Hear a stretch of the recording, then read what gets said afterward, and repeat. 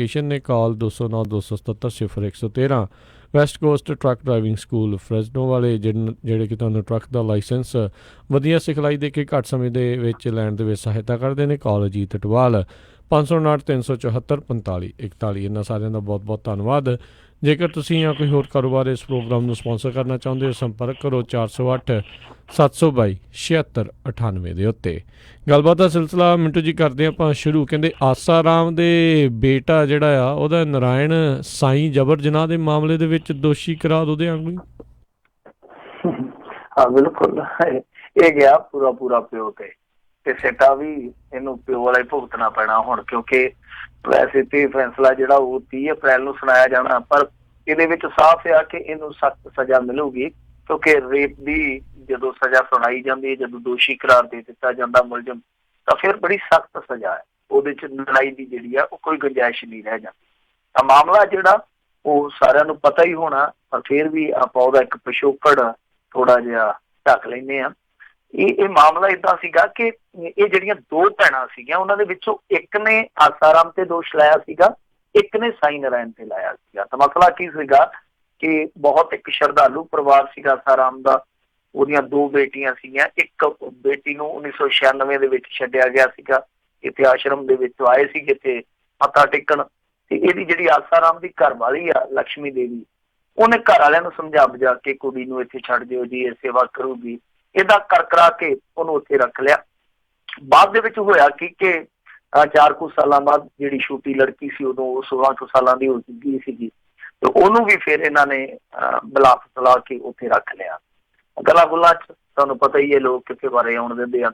ਫਿਰ 2002 ਦੇ ਵਿੱਚ ਇਹਨਾਂ ਦਾ ਕੋਈ ਟ੍ਰਿਪ ਜਾਣਾ ਸੀਗਾ ਬਿਹਾਰ ਤੇ ਨੇਪਾਲ ਨੂੰ, ਉਦੋਂ ਇਸ ਲੜਕੀ ਨੂੰ ਨਾਲ ਖੜਿਆ ਗਿਆ ਸੀਗਾ ਤੇ ਦੱਸਦੇ ਆ ਕਿ ਉੱਥੇ ਫਿਰ ਇਹ ਸਾਈਂ ਨਾਰਾਇਣ ਵੱਲੋਂ ਰੇਪ ਕੀਤਾ ਗਿਆ ਸੀ ਕੁੜੀ ਨੂੰ। ਫਿਰ ਬਾਅਦ ਦੇ ਵਿੱਚ ਇਹ ਸਿਲਸਿਲਾ ਚੱਲਿਆ। ਉਸ ਤੋਂ ਬਾਅਦ ਕੁੜੀ ਜਿਹੜੀ ਸੀ ਬਹਾਨਾ ਲਾ ਕੇ, ਪਹਿਲਾਂ ਤੇ ਆਉਣ ਨਹੀਂ ਸੀ ਦਿੰਦੇ, ਪਰਿਵਾਰ ਕੋਲੇ ਆ ਗਈ। ਫਿਰ ਇਹਨਾਂ ਨੇ ਧਮਕਾਉਣਾ ਸ਼ੁਰੂ ਕਰ ਦਿੱਤਾ ਕਿ ਤੂੰ ਵਾਪਸ ਆਸ਼ਰਮ ਦੇ ਵਿੱਚ ਆ ਜਾ। ਕੁੜੀ ਨਹੀਂ ਗਈ। ਫਿਰ ਹੋਇਆ ਕਿ ਜਿਹੜੀ ਦੂਸਰੀ ਕੁੜੀ ਸੀ ਉਹ ਵੀ ਛੁੱਟੀ ਲੈ ਕੇ ਆ ਗਈ, ਜਿਹੜੀ ਵੱਡੀ ਸੀਗੀ। ਜਦੋਂ ਦੋਨੇ ਆਪਸ ਦੇ ਵਿੱਚ ਮਿਲੀਆਂ, ਦੋਵੇਂ ਭੈਣਾਂ ਨੇ ਆਪੋ ਆਪਣੀ ਆਪ ਦੀ ਇੱਕ ਦੂਜੇ ਨੂੰ ਸੁਣਾਈ, ਫਿਰ ਸਾਰੀ ਕਹਾਣੀ ਜਿਹੜੀ ਉਹ ਬਾਹਰ ਨਿਕਲੀ। ਪਰ ਹੋਇਆ ਕਿ ਇਸ ਮਾਮਲੇ ਦੇ ਵਿੱਚ ਸਮਾਂ ਗੁਜ਼ਰਦਾ ਗਿਆ, ਇਹਨਾਂ ਦੋਨਾਂ ਭੈਣਾਂ ਨੇ ਗੱਲ ਬਾਹਰ ਨਹੀਂ ਕੱਢੀ। ਤਾਂ 2013 ਚ ਜਦੋਂ ਫਿਰ ਆਸਾਰਾਮ ਫੜਿਆ ਗਿਆ ਸੀਗਾ, ਉਸ ਤੋਂ ਬਾਅਦ ਇਹ ਦੋਵੇਂ ਭੈਣਾਂ ਬਾਹਰ ਆਈਆਂ। ਇਹਨਾਂ ਨੇ ਸਾਹਮਣੇ ਆ ਕੇ ਇਹ ਸਾਰੀ ਕਹਾਣੀ ਸੀਗੀ ਜਿਹੜੀ ਉਹ ਤਹਿਰੀਰ ਦੇ ਰੂਪ ਦੇ ਵਿੱਚ ਪੁਲਿਸ ਕੋਲ ਦਰਜ ਕਰਵਾਈ। ਤਾਂ ਉਸ ਤੋਂ ਬਾਅਦ ਕਿਉਂਕਿ ਦੋਨੇ ਮੈਰਿਡ ਹੋ ਗਈਆਂ ਸੀਗੀਆਂ, ਇਹਨਾਂ ਦੇ ਪਤੀਆਂ ਨੇ ਬਹੁਤ ਸਾਥ ਦਿੱਤਾ। ਇਹਨਾਂ ਨੇ ਆਖਿਆ ਕਿ ਅਸੀਂ ਤੁਹਾਨੂੰ ਨਿਆਂ ਲੈ ਕੇ ਦਿਆਂਗੇ। ਉਹਨਾਂ ਨੇ ਫਾਈਟ ਕੀਤੀ, ਹਾਲਾਂਕਿ ਧਮਕਾਇਆ ਧਮਕਾਇਆ ਇਹਨਾਂ ਨੂੰ ਬਹੁਤ ਕਿਹਾ। ਤਾਂ ਇਹ ਕਹਾਣੀ ਸੀਗੀ ਕਿ ਤੁਹਾਨੂੰ ਪਤਾ ਹੀ ਹੈ, ਸਾਈਂ ਨਾਰਾਇਣ ਜਦੋਂ ਦੋਸ਼ ਲੱਗੇ ਸੀਗੇ ਭੱਜ ਗਿਆ ਸੀਗਾ, ਤੇ ਹਰਿਆਣੇ ਦੇ ਪਿਪਲੀ ਕੋਲ ਇਹਨੂੰ ਉਦੋਂ ਫੜਿਆ ਗਿਆ ਸੀਗਾ ਜਦੋਂ ਪੱਗ ਪੁੱਗ ਬੰਨ੍ਹ ਕੇ ਪੂਰਾ ਪੰਜਾਬੀ ਸਰਦਾਰ ਬਣਿਆ ਪਿਆ ਸੀਗਾ। ਤਾਂ ਇਹ ਹੁਣ ਦੇਖਣਾ ਹੋਏਗਾ ਕਿ 30 ਅਪ੍ਰੈਲ ਨੂੰ ਇਹਨੂੰ ਬਾਪੂ ਦੇ ਬਰੋਬਰ ਹੀ ਸਜ਼ਾ ਸੁਣਾਈ ਜਾਂਦੀ ਹੈ, ਤੇ ਬਾਪੂ ਦੇ ਬਰੋਬਰ ਹੀ ਜਿਹਨੂੰ ਲੋਕ ਵੀ ਬਾਪੂ ਆਖੀ ਜਾਂਦੇ ਆ, ਸੋ ਜਾਂ ਫਿਰ ਇਹਨੂੰ ਘੱਟ ਸਜ਼ਾ ਦਿੱਤੀ ਜਾਂਦੀ। ਤਾਂ ਦੇਖਦੇ ਆ 30 ਅਪ੍ਰੈਲ ਨੂੰ ਕਿਹੜੀ ਸਜ਼ਾ ਸੁਣਾਈ ਜਾਊ। ਜੀ ਬਿਲਕੁਲ, ਪਰ ਨਕਸ਼ੇ ਕਦਮ ਉਹਦੇ ਤੇ ਹੀ ਜਿਹੜਾ ਇਹ ਤੁਰਿਆ ਫਿਰਦਾ ਹੈ। ਅਗਲੀ ਗੱਲ ਕਰੀਏ ਮਿੰਟੂ ਜੀ, ਨਕਾਰੇ ਹੋਏ ਕਲਾਕਾਰ ਜਿਹੜੇ ਫੁੱਸ ਹੋਏ ਖਿਡਾਰੀ ਆ, ਉਹ ਅੱਜ ਕੱਲ੍ਹ ਸਿਆਸਤ ਦੇ ਰੱਥ ਤੇ ਚੜ੍ਹ ਰਹੇ ਆ। ਇੱਦਾਂ ਹੀ ਕਹਿੰਦੇ ਦਲੇਰ ਮਹਿੰਦੀ ਵੀ ਭਾਜਪਾ ਦੇ ਰੱਥ ਤੇ ਸਵਾਰ। ਸ਼ੁਕਰ ਕਰੋ ਤੁਸੀਂ ਐਵੇਂ ਕਿਹਾ ਕਿ ਗੱਡੇ ਤੇ ਨਾ ਚੜ੍ਹਦੀ, ਗਡੀਰੇ ਤੇ ਨਾ ਚੜ੍ਹਦੀ ਜੀ, ਭਾਜਪਾ ਵਾਲਿਆਂ ਦੇ ਰੱਥ ਤੇ ਝੱਟ ਚੜ੍ਹਦੀ ਤੇ ਬੋਲੋ ਤਾਰਾ ਰਾਰਾ। ਸਹੀ ਗੱਲ, ਤਾਰਾ ਰਾਰਾ ਬੋਲਿਆ ਗਿਆ। ਅਸਲ ਦੇ ਵਿੱਚ ਕਹਾਣੀ ਕੀ ਆ ਕਿ ਹੰਸ, ਤੁਹਾਨੂੰ ਪਤਾ ਅੱਜ ਕੱਲ ਭਾਜਪਾ ਦੇ ਦਰਬਾਰੇ ਮੋਤੀ ਚੁਗਦਾ ਜਿਹੜਾ ਹੰਸ ਆ, ਉਹ ਤੇ ਦਲੇਰ ਮਹਿੰਦੀ ਆਪੋ ਵਿੱਚ ਦੀ ਬਹੁਤ ਗੂੜੇ ਰਿਸ਼ਤੇਦਾਰ ਆ। ਰਿਸ਼ਤੇਦਾਰੀ ਵੀ ਸੱਜਰੀ ਆ, ਥੋੜਾ ਸਮਾਂ ਪਹਿਲਾਂ ਹੀ ਰਿਸ਼ਤੇਦਾਰੀ ਪ੍ਰਵਾਨ ਚੜੀ। ਮੇਰੇ ਖਿਆਲ ਦੇ ਨਾਲ ਸਾਰੀ ਸੈਟਿੰਗ ਜਿਹੜੀ ਆ ਉਹ ਹੰਸਰਾਜ ਦੇ ਥਰੂ ਹੋਈ ਹੈ। ਵੈਸੇ ਜਿਹੜਾ ਦਲੇਰ ਮਹਿੰਦੀ ਆ, ਇਹ ਤੇ ਵੇਖੋ ਸਮਾਂ ਹੁੰਦਾ ਕਲਾਕਾਰ ਦਾ, ਪਰ ਇਹ ਤੁਹਾਨੂੰ ਪਤਾ ਹੀ ਹੈ ਕਿ ਕਿਸੇ ਸਮੇਂ ਬੰਦਾ ਟ੍ਰੈਂਡ ਸੈਟਰ ਸੀਗਾ, ਬਹੁਤ ਵੱਡੀ ਚੜ੍ਹਾਈ ਸੀਗੀ। ਪਰ ਸਭ ਤੋਂ ਜ਼ਿਆਦਾ ਫਜ਼ੀਅਤ ਇਹਦੀ ਉਦੋਂ ਹੋਈ ਸੀਗੀ ਜਦੋਂ ਕਬੂਤਰਬਾਜ਼ੀ ਦੇ ਮਾਮਲੇ ਚੁਲਝਿਆ ਸੀ। ਹਾਲਾਂਕਿ ਇਹਦਾ ਭਰਾ ਵੀ ਨਾਲ ਸੀਗਾ, ਇਹਨਾਂ ਨੂੰ ਦੋਸ਼ ਮੁਕਤ ਵੀ ਕਰ ਦਿੱਤਾ ਗਿਆ ਉਸ ਤੋਂ ਬਾਅਦ। ਪਰ ਦਲੇਰ ਮਹਿੰਦੀ ਦੀ ਜਿਹੜੀ ਪਹਿਲੀ ਛਾਪ ਸੀਗੀ, ਪਹਿਲੀ ਛਵੀ ਸੀਗੀ, ਉਹ ਕਿਤੇ ਨਾ ਕਿਤੇ ਇਸ ਮਾਮਲੇ ਨਾਲ ਪ੍ਰਭਾਵਿਤ ਹੋਈ ਆ। ਤਾਂ ਇਹਨੇ ਹੁਣ ਮੋੜਾ ਕੱਟਿਆ, ਸਿਆਸਤ ਦੀ ਦੁਨੀਆ ਦੇ ਵਿੱਚ ਪੈਰ ਧਰਿਆ, ਉਹ ਆ ਗਿਆ ਦਲੇਰ ਮਹਿੰਦੀ ਉੱਥੇ ਹੀ ਜਿੱਥੇ ਹੰਸਰਾਜ ਫਿਰਦਾ ਸੀਗਾ। ਤਾਂ ਦੇਖਣਾ ਹੋਏਗਾ ਕਿ ਇਹਨੂੰ ਵੈਸੇ ਹੀ ਲਿਆਉਂਦਾ, ਕਿਉਂਕਿ ਇੱਥੇ ਏਦਾਂ ਦੇ ਕਈ ਕਲਾਕਾਰ ਫਿਰਦੇ ਆ ਜਿਹੜੇ ਇਹਨਾਂ ਦੇ ਖਾਂਦੇ ਪੀਂਦੇ, ਇਹਨਾਂ ਦੇ ਗੁਣ ਗਾਉਂਦੇ ਆ, ਪਰ ਕੋਈ ਗੱਦੀ ਅਹੁਦਾ ਨਹੀਂ ਲੈਂਦੇ, ਬਸ ਆਪਣਾ ਟਮਟਮਾ ਚਲਾਈ ਜਾਂਦੇ ਆ। ਕਈ ਤੇ ਪੁਰਸਕਾਰ ਨਾਲ ਹੀ ਬੱਚੇ ਜਾਂਦੇ ਆ ਕਿ ਕੋਈ ਗੱਲ ਨਹੀਂ, ਸਾਨੂੰ ਇੱਕ ਚੰਗਾ ਜਿਹਾ ਪੁਰਸਕਾਰ ਦੇ ਛੱਡੋ, ਤੇ ਮਾੜੀਆਂ ਮੋਟੀਆਂ ਕੋਈ ਸਫਾਰਸ਼ਾਂ ਸਫੂਰਸ਼ਾਂ ਚਲਾਈ ਛੱਡੋ, ਇਹਨੇ ਨਾਲ ਹੀ ਆਪਾਂ ਬਾਗੋ ਬਾਗਿਆਂ ਦਿਲ ਗਾਰਡਨ ਆ। ਤਾਂ ਵੇਖਣਾ ਹੋਏਗਾ ਕਿ ਕੀ ਕੋਈ ਟਿਕਟ ਟੁਕਟ ਦਾ ਜੁਗਾੜ ਲਾ ਕੇ ਆਇਆ ਦਲੇਰ ਮਹਿੰਦੀ, ਜਾਂ ਇਹਨੇ ਫ੍ਰੀ ਫੰਡ ਹੀ ਆਖਿਆ ਕਿ ਕੋਈ ਗੱਲ ਨਹੀਂ, ਰਾਸ਼ਟਰ ਦੀ ਸੇਵਾ ਮੈਂ ਤੁਹਾਡੇ ਨਾਲ ਰਲ ਕੇ ਕਰੂੰਗਾ। ਇਹਦਾ ਹਾਲੇ ਨਿਸਤਾਰਾ ਹੋਊਗਾ ਥੋੜੇ ਦਿਨਾਂ ਤੱਕ। ਜੀ, ਵੈਸੇ ਜੇ ਹੰਸਰਾਜ ਹੰਸ ਨੇ ਲਿਆਂਦਾ ਫਿਰ ਤਾਂ ਟਿਕਟ ਵਾਲਾ ਹੀ ਕੰਮ ਹੋਣਾ, ਕਿਉਂਕਿ ਉਹਨਾਂ ਨੇ ਵੀ ਸਾਰਿਆਂ ਦੀਆਂ ਟਿਕਟਾਂ ਚੁੱਕੀਆਂ ਹੋਈਆਂ ਨੇ ਜੀ। ਬਿਲਕੁਲ, ਟਿਕਟਾਂ ਲਈ ਤਾਂ ਉਹਨੇ ਪਤਾ ਨਹੀਂ ਕਿੱਥੋਂ ਦੀਆਂ ਟਿਕਟਾਂ ਕਟਾਈਆਂ। ਸਹੀ ਗੱਲ ਹੈ ਜੀ।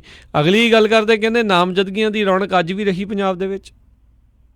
ਹਾਂਜੀ, ਪੂਰੀ ਰੌਣਕ ਰਹੀ ਹੈ ਨਾਮਜ਼ਦਗੀਆਂ ਦੀ, ਤੇ ਮੇਰੇ ਖਿਆਲ ਦੇ ਨਾਲ ਦਿਨ ਵੀ ਇੱਕ ਅੱਧਾ ਹੀ ਰਹਿ ਗਿਆ ਨਾਮਜ਼ਦਗੀਆਂ ਦਾ ਜੀ। ਅੱਜ ਵੱਡੇ ਨਾਂ ਸੀਗੇ ਜਿਹੜੇ ਕੁਛ, ਉਹ ਨਾਮਜ਼ਦਗੀਆਂ ਦਾਖਲ ਕਰਵਾਉਂਦੇ ਨਜ਼ਰ ਆਏ ਆ। ਕਾਂਗਰਸ ਉਮੀਦਵਾਰ ਸੁਨੀਲ ਜਾਖੜ ਨੇ ਕਾਗਜ਼ ਭਰੇ ਆ, ਫਿਰ ਸੁਖਪਾਲ ਖਹਿਰਾ ਨੇ ਬਠਿੰਡੇ ਤੋਂ ਕਾਗਜ਼ ਭਰਿਆ, ਪਟਿਆਲੇ ਤੋਂ ਸੁਰਜੀਤ ਰਖੜਾ ਨੇ ਨਾਮਜ਼ਦਗੀ ਦਾਖਲ ਕਰਵਾਈ ਹੈ। ਕਮਾਲ ਦੀ ਗੱਲ ਵੈਸੇ ਅੱਜ ਸਾਰਾਸ਼ੀ ਵਾਲੇ ਕਾਫੀ ਛਾਏ ਹੋਇਆ ਜੀ, ਸੁਖਪਾਲ, ਸੁਨੀਲ, ਸੁਰਜੀਤ ਜਾਖੜ ਪੁੱਛ ਕੇ ਗਏ ਹੋਣੇ ਸਾਰੇ। ਬਿਲਕੁਲ, ਮੈਨੂੰ ਲੱਗਦਾ ਕਢਾ ਕੇ ਗਏ ਆ। ਖੈਰ, ਬਠਿੰਡਾ ਤੋਂ ਆਮ ਆਦਮੀ ਪਾਰਟੀ ਦੇ ਉਮੀਦਵਾਰ ਆ ਪ੍ਰੋਫੈਸਰ ਬਲਜਿੰਦਰ ਕੌਰ ਜੀ, ਉਹਨਾਂ ਨੇ ਵੀ ਨਾਮਜ਼ਦਗੀ ਦਾਖਲ ਕੀਤੀ ਆ। ਬਠਿੰਡਾ ਤੋਂ ਬੀਬਾ ਬਾਦਲ ਨੇ ਕਾਗਜ਼ ਭਰ ਦਿੱਤੇ, ਬਰੋਬਰ ਫਰੀਦਕੋਟ ਤੋਂ ਗੁਲਜ਼ਾਰ ਸਿੰਘ ਰਣੀਕੇ ਨੇ ਨਾਮਜ਼ਦਗੀ ਦਾਖਲ ਕੀਤੀ ਆ। ਹਾਲਾਂਕਿ ਗੁਲਜ਼ਾਰ ਸਿੰਘ ਰਣੀਕੇ ਲਈ ਰਸਤਾ ਕਾਫੀ ਔਖਾ ਜਾਪਦਾ, ਕਿਉਂਕਿ ਕਾਫੀ ਵਿਰੋਧ ਆ। ਫਰੀਦਕੋਟ ਸੀਟ ਤੁਹਾਨੂੰ ਪਤਾ ਹੀ ਆ, ਉਹਦੇ ਵਿੱਚ ਬਰਗਾੜੀ ਆਉਂਦਾ, ਕੋਟਕਪੂਰਾ ਆਉਂਦਾ। ਤਾਂ ਖੈਰ, ਅੱਗੇ ਭਗਵੰਤ ਮਾਨ ਜੀ ਬੜੇ ਸਾਦੇ ਢੰਗ ਦੇ ਨਾਲ ਅੱਜ ਨਾਮਜ਼ਦਗੀ ਦਾਖਲ ਕਰਕੇ ਆਏ ਆ। ਲੋਕੀ ਕੁਛ ਕਹਿੰਦੇ ਆ ਕਿ ਇਕੱਠ ਇਹਨਾਂ ਕੋਲ ਹੋਣਾ ਨਹੀਂ ਸੀਗਾ, ਸ਼ਾਇਦ ਇਸੇ ਕਰਕੇ ਇਹਨਾਂ ਨੇ ਸਾਦੇ ਢੰਗ ਨਾਲ ਕਾਗਜ਼ ਭਰੇ, ਪਰ ਮੇਰੇ ਖਿਆਲ ਦੇ ਨਾਲ ਇਹ ਪਰਸੈਪਸ਼ਨ ਗਲਤ ਹੈ, ਐਸੀ ਗੱਲ ਨਹੀਂ ਹੈ। ਸੰਗਰੂਰ ਦੇ ਵਿੱਚ ਘੱਟੋ ਘੱਟ ਭਗਵੰਤ ਮਾਨ ਹਾਲੇ ਇੰਨਾ ਕਮਜ਼ੋਰ ਨਹੀਂ ਹੈ ਕਿ ਉਹਨੂੰ ਇੱਥੋਂ ਤੱਕ ਮੰਨ ਲਿਆ ਜਾਵੇ ਕਿ ਇਕੱਠ ਨਹੀਂ ਕਰ ਸਕਦਾ ਨਾਮਜ਼ਦਗੀ ਜੋਗਾ।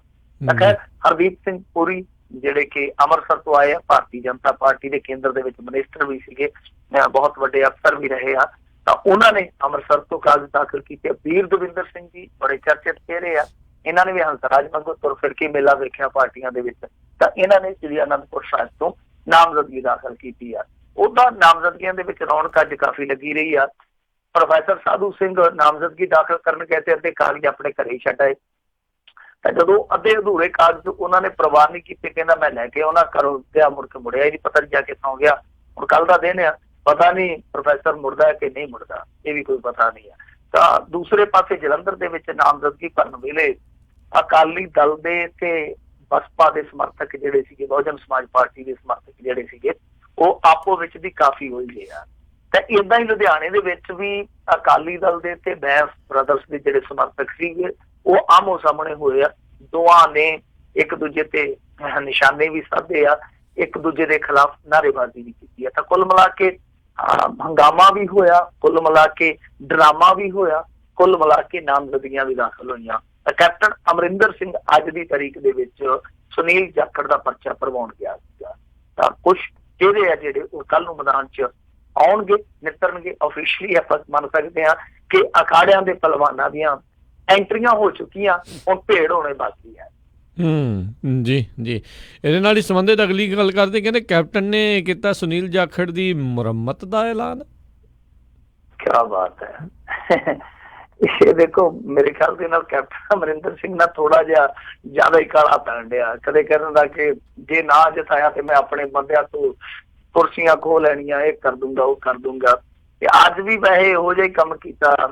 ਇਹ ਜਦੋਂ ਸੁਨੀਲ ਜਾਖੜ ਦਾ ਕਾਗਜ਼ ਭਰਵਾਉਣ ਗਏ ਸੀਗੇ ਕੈਪਟਨ ਸਾਹਿਬ ਹੋਰੀ, ਤੇ ਕਹਿੰਦੇ ਆ ਕਿ ਜਦੋਂ ਇਹ ਗੱਲਾਂ ਬਾਤਾਂ ਕਰਦੇ ਤੇ ਕਿਸੇ ਪੱਤਰਕਾਰ ਨੇ, ਤੁਹਾਨੂੰ ਪਤਾ ਚੋਗ ਲਾਉਣ ਵਾਲੇ ਵੀ ਪੱਤਰਕਾਰ ਹੁੰਦੇ ਆ, ਉਹਨਾਂ ਨੇ ਪੁੱਛ ਲਿਆ ਜੀ, ਕਹਿੰਦੇ ਜੀ ਸੁਖਬੀਰ ਬਾਦਲ ਨੇ ਵੀ ਅੱਜ ਹੀ ਕਾਗਜ਼ ਭਰੇ ਆ, ਤੇ ਕਹਿੰਦਾ ਕਿ ਕੋਈ ਗੱਲ ਨਹੀਂ, ਕਹਿੰਦਾ ਇਹਨੂੰ ਤਾਂ ਫਿਰ ਮੈਂ ਠੀਕ ਕਰੂੰਗਾ, ਸੁਨੀਲ ਜਾਖੜ ਇਹਦੀ ਮੁਰੰਮਤ ਤੇ ਮੈਂ ਕਰੂੰਗਾ। ਉਹ ਨਾਲ ਦੇ ਨੇ ਉਹ ਜਮਾਰੀ ਸਾਰੇ ਹੱਸ ਕੇ ਕਹਿੰਦੇ ਜੀ ਸੁਨੀਲ ਜਾਖੜ ਦਾ ਤੇ ਤੁਸੀਂ ਨਾਮਜ਼ਦਗੀ ਪਰਚਾ ਭਰਵਾਉਣ ਆਏ ਜੇ, ਇਹ ਕੀ ਕਹਿਣ ਡਏ ਹੋ? ਤੇ ਨਾਲ ਦੀ ਨਾਲ ਫਿਰ ਮਾਫੀ ਮੰਗ ਕੇ ਕੈਪਟਨ ਸਾਹਿਬ ਕਹਿੰਦੇ ਕਿ ਨਹੀਂ, ਸੁਖਬੀਰ ਸਿੰਘ ਬਾਦਲ ਦੀ ਮੈਂ ਮੁਰੰਮਤ ਕਰੂੰਗਾ। ਤਾਂ ਇਹ ਜਿਹੜੀ ਜ਼ੁਬਾਨ ਫਿਸਲੀ ਆ, ਇਹ ਵੈਸੇ ਨਾ ਕਈ ਵਾਰ ਬੰਦੇ ਦਾ ਮਨ ਦਾ ਗੁੱਸਾ ਵੀ ਬਾਹਰ ਆ ਜਾਂਦਾ ਕਿਉਂਕਿ ਇਹਨਾਂ ਦੀ ਆਪੋ ਵਿੱਚ ਦੀ ਥੋੜੀ ਜਿਹੀ ਅੱਜ ਕੱਲ ਖਟਪਟ ਹੈ। ਜੀ ਖਟਪਟ ਕਿਉਂ ਆ? ਇੱਕ ਤੇ ਇਹ ਆ ਕਿ ਸ਼ੇਰ ਸਿੰਘ ਘੁਬਾਇਆ ਨੂੰ ਨਾ ਸਿਰਫ ਇਹ ਜਾਖੜ ਨੇ ਪਾਰਟੀ 'ਚ ਸ਼ਾਮਲ ਕਰਾਇਆ ਵਾ, ਬਲਕਿ ਟਿਕਟ ਵੀ ਜਿਹੜੀ ਆ ਕਿਤੇ ਨਾ ਕਿਤੇ ਇੱਧਰੋਂ ਚਾਬੀ ਕਮਾਈ ਤੋਂ ਮਿਲੀ ਆ। ਔਰ 2 ਟਿਕਟਾਂ ਇੱਕ ਐਸੀਆਂ ਸੀ ਜਿਹਦੇ ਤੇ ਕੈਪਟਨ ਦਾ ਜ਼ੋਰ ਨਹੀਂ ਚੱਲਿਆ, ਇੱਕ ਬਠਿੰਡਾ ਵਾਲੀ, ਇੱਕ ਫਿਰੋਜ਼ਪੁਰ ਵਾਲੀ। ਤਾਂ ਜਦੋਂ ਤੁਸੀਂ ਦੇਖਿਆ ਹੋਣਾ ਕੱਲ ਨਾਜ਼ਰ ਸਿੰਘ ਮਾਨਸ਼ਾਹੀਆਂ ਦੀ ਐਂਟਰੀ ਹੋਈ ਆ ਕਾਂਗਰਸ ਦੇ ਵਿੱਚ ਜੀ, ਉਸ ਸਮੇਂ ਵੀ ਦੱਸਦੇ ਆ ਕਿ ਸੁਨੀਲ ਜਾਖੜ ਨੂੰ ਬੁਲਾਇਆ ਨਹੀਂ ਗਿਆ। ਹੁਣ ਅੰਦਰ ਗੱਲ ਪਤਾ ਨਹੀਂ ਹੈ, ਪਰ ਉਸ ਸਮੇਂ ਹਾਜ਼ਰ ਨਹੀਂ ਸੀ। ਨਹੀਂ ਤੇ ਆਮ ਤੌਰ ਤੇ ਰੀਤ ਆ ਕਿ ਜਦੋਂ ਵੀ ਇਸ ਤਰ੍ਹਾਂ ਦੀ ਕੋਈ ਵੱਡੀ ਸ਼ਮੂਲੀਅਤ ਹੁੰਦੀ ਆ ਪਾਰਟੀ ਦੇ ਵਿੱਚ ਤਾਂ ਉਸ ਸਮੇਂ ਪਾਰਟੀ ਦਾ ਜਿਹੜਾ ਸਟੇਟ ਪ੍ਰਧਾਨ ਹੁੰਦਾ ਉਹ ਮੌਕੇ ਤੇ ਹਾਜ਼ਰ ਹੁੰਦਾ ਜਾਂ ਉਹਨੂੰ ਬੁਲਾਇਆ ਜਾਂਦਾ, ਸੱਦਿਆ ਜਾਂਦਾ। ਸੋ ਇਹ ਜਿਹੜੀ ਚੀਜ਼ ਆ ਉਹ ਮੈਂ ਇਸ ਚੀਜ਼ ਨਾਲ ਇਸੇ ਕਰਕੇ ਰਿਲੇਟ ਕਰਦਾ ਪਿਆ ਕਿ ਕਈ ਵਾਰ ਮਨ ਦਾ ਜਿਹੜਾ ਉਹ ਗੁੱਬ ਗਵਾਰ ਹੁੰਦਾ ਨਾ, ਗਾਇਬ ਗਾਇਬ ਨਿਕਲ ਜਾਂਦਾ ਆਨੇ ਮਨ। ਜੀ ਜੀ ਜੀ। ਅਗਲੀ ਆਪਾਂ ਜਿਹੜੀ ਗੱਲ ਕਰਦੇ, ਕਹਿੰਦੇ ਰਾਮ ਰਹੀਮ ਨੂੰ ਸਿਰਸੇ ਤੋਂ ਵਿਆਹ ਦਾ ਸੱਦਾ ਤੇ ਸ਼ਾਮਲ ਹੋਣ ਲਈ ਮੰਗੀ ਉਹਨੇ ਹੁਣ ਜ਼ਮਾਨਤ। ਮੈਨੂੰ ਤਾਂ ਇੱਕ ਟਾਈਮ ਤੇ ਲੱਗਾ ਕਿ ਉਹਦੇ ਨਾਲ ਹੀ ਕਿਸੇ ਨੇ ਵਿਆਹ ਕਰਾਉਣ ਨੂੰ ਜਿਹੜਾ ਸੱਦਾ ਦੇ ਛੱਡਿਆ। ਨਹੀਂ ਦੇਖੋ, ਇਹ ਮੇਰੇ ਖਿਆਲ ਦੇ ਨਾਲ ਬੜੀ ਵੱਡੀ ਗੱਲ ਬਣ ਜਾਣੀ ਆ ਕਿਉਂਕਿ ਇਹਨਾਂ ਨੂੰ ਵਿਆਹ ਦਾ ਜਿਹੜਾ ਸੱਦਾ ਆਇਆ, ਜੇ ਇੱਕ ਵਿਆਹ ਦੇ ਵਿੱਚ ਸ਼ਾਮਲ ਹੋਣ ਲਈ ਇਹ ਚਲੇ ਗਿਆ ਫਿਰ ਤੇ ਪ੍ਰੇਮੀਆਂ ਨੇ ਸੱਦਿਆਂ ਦੇ ਅੰਬਾਰ ਲਾ ਦੇਣੇ ਆ। ਬਿਲਕੁਲ ਸਹੀ।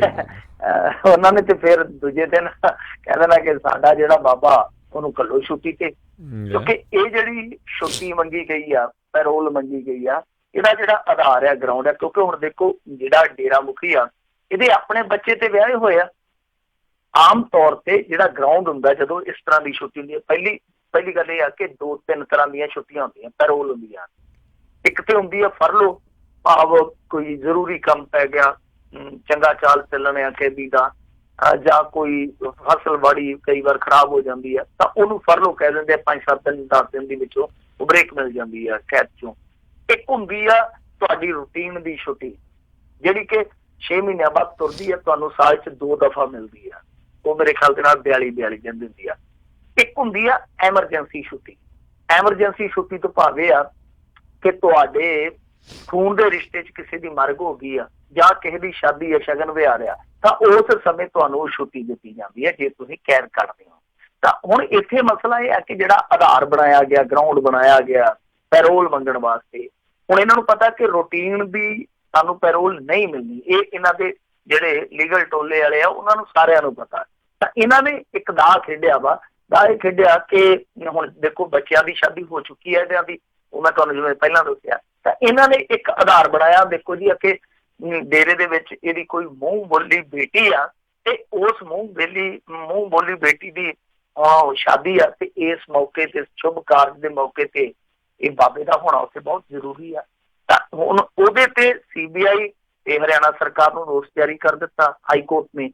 ਪਰ ਮੇਰੇ ਖਿਆਲ ਦੇ ਨਾਲ ਜਦੋਂ ਇਹ ਸਖਤ ਵਿਰੋਧ ਹੋਊਗਾ ਉਦੋਂ ਇਹ ਮਾਮਲਾ ਟਲ ਜਾਣਾ। ਹਾਲਾਂਕਿ ਮੈਨੂੰ ਥੋੜਾ ਜਿਹਾ ਸ਼ੱਕ ਆ ਕਿ ਵੋਟਾਂ ਨਾਲ ਕਿਤੇ ਚੀਜ਼ ਨਹੀਂ ਜੁੜਦੀ ਹੋਵੇ, ਇਹ ਥੋੜਾ ਜਿਹਾ ਵੇਖਣਾ ਪਊਗਾ ਕਿਉਂਕਿ ਵੋਟਾਂ ਦੇ ਮੌਕੇ ਤੇ ਇਸ ਤਰ੍ਹਾਂ ਦੀ ਇੱਕ ਗੇਮ ਲਾਈ ਜਾ ਰਹੀ ਹੈ ਤੇ ਗੇਮ ਹੈ ਨਾ, ਕਿਉਂਕਿ ਰੂਟੀਨ ਦੀ ਛੁੱਟੀ ਨਹੀਂ ਹੈ। ਤਾਂ ਕਿਤੇ ਇਹਦੇ 'ਚ ਕੋਈ ਸਿਆਸੀ ਐਂਗਲ ਤਾਂ ਨਹੀਂ, ਇਹ ਦੇਖਣਾ ਪਊਗਾ, ਸਮਝਣਾ ਪਊਗਾ। ਪਰ ਇਹ ਕੋਰਟ ਨੂੰ ਜ਼ਰੂਰ ਵੇਖਣਾ ਪਊ, ਵਿਚਾਰਨਾ ਪਊ ਕਿ ਜੇ ਇਸ ਤਰ੍ਹਾਂ ਦੀ ਛੁੱਟੀ ਪ੍ਰਵਾਨ ਕੀਤੀ ਜਾਂਦੀ ਹੈ। ਇੱਕ ਤੇ ਇਹ ਆ ਕਿ ਜਿਵੇਂ ਆਮ ਰੂਟੀਨ ਦੇ ਵਿੱਚ ਜੇਲ੍ਹ ਦਾ ਕਾਰਵਾਈ ਚੱਲਦਾ ਉਹਦੇ ਤੋਂ ਮਾਮਲਾ ਥੋੜਾ ਜਿਹਾ ਹਟਵਾ। ਵੈਸੇ ਕੋਰਟ ਨੂੰ ਇਹ ਵੀ ਚੈੱਕ ਕਰਨਾ ਪਊਗਾ ਕਿ ਇਹਦੀਆਂ ਡੇਰੇਦਾਰ ਦੀਆਂ ਕਿੰਨੀਆਂ ਮੂੰਹ ਬੋਲੀਆਂ ਬੇਟੀਆਂ, ਕੁੱਲ ਮਿਲਾ ਕੇ ਉਹਦੀ ਲਿਸਟ ਵੀ ਪਹਿਲਾਂ ਚੈੱਕ ਕਰ ਲੈਣੀ ਚਾਹੀਦੀ ਆ।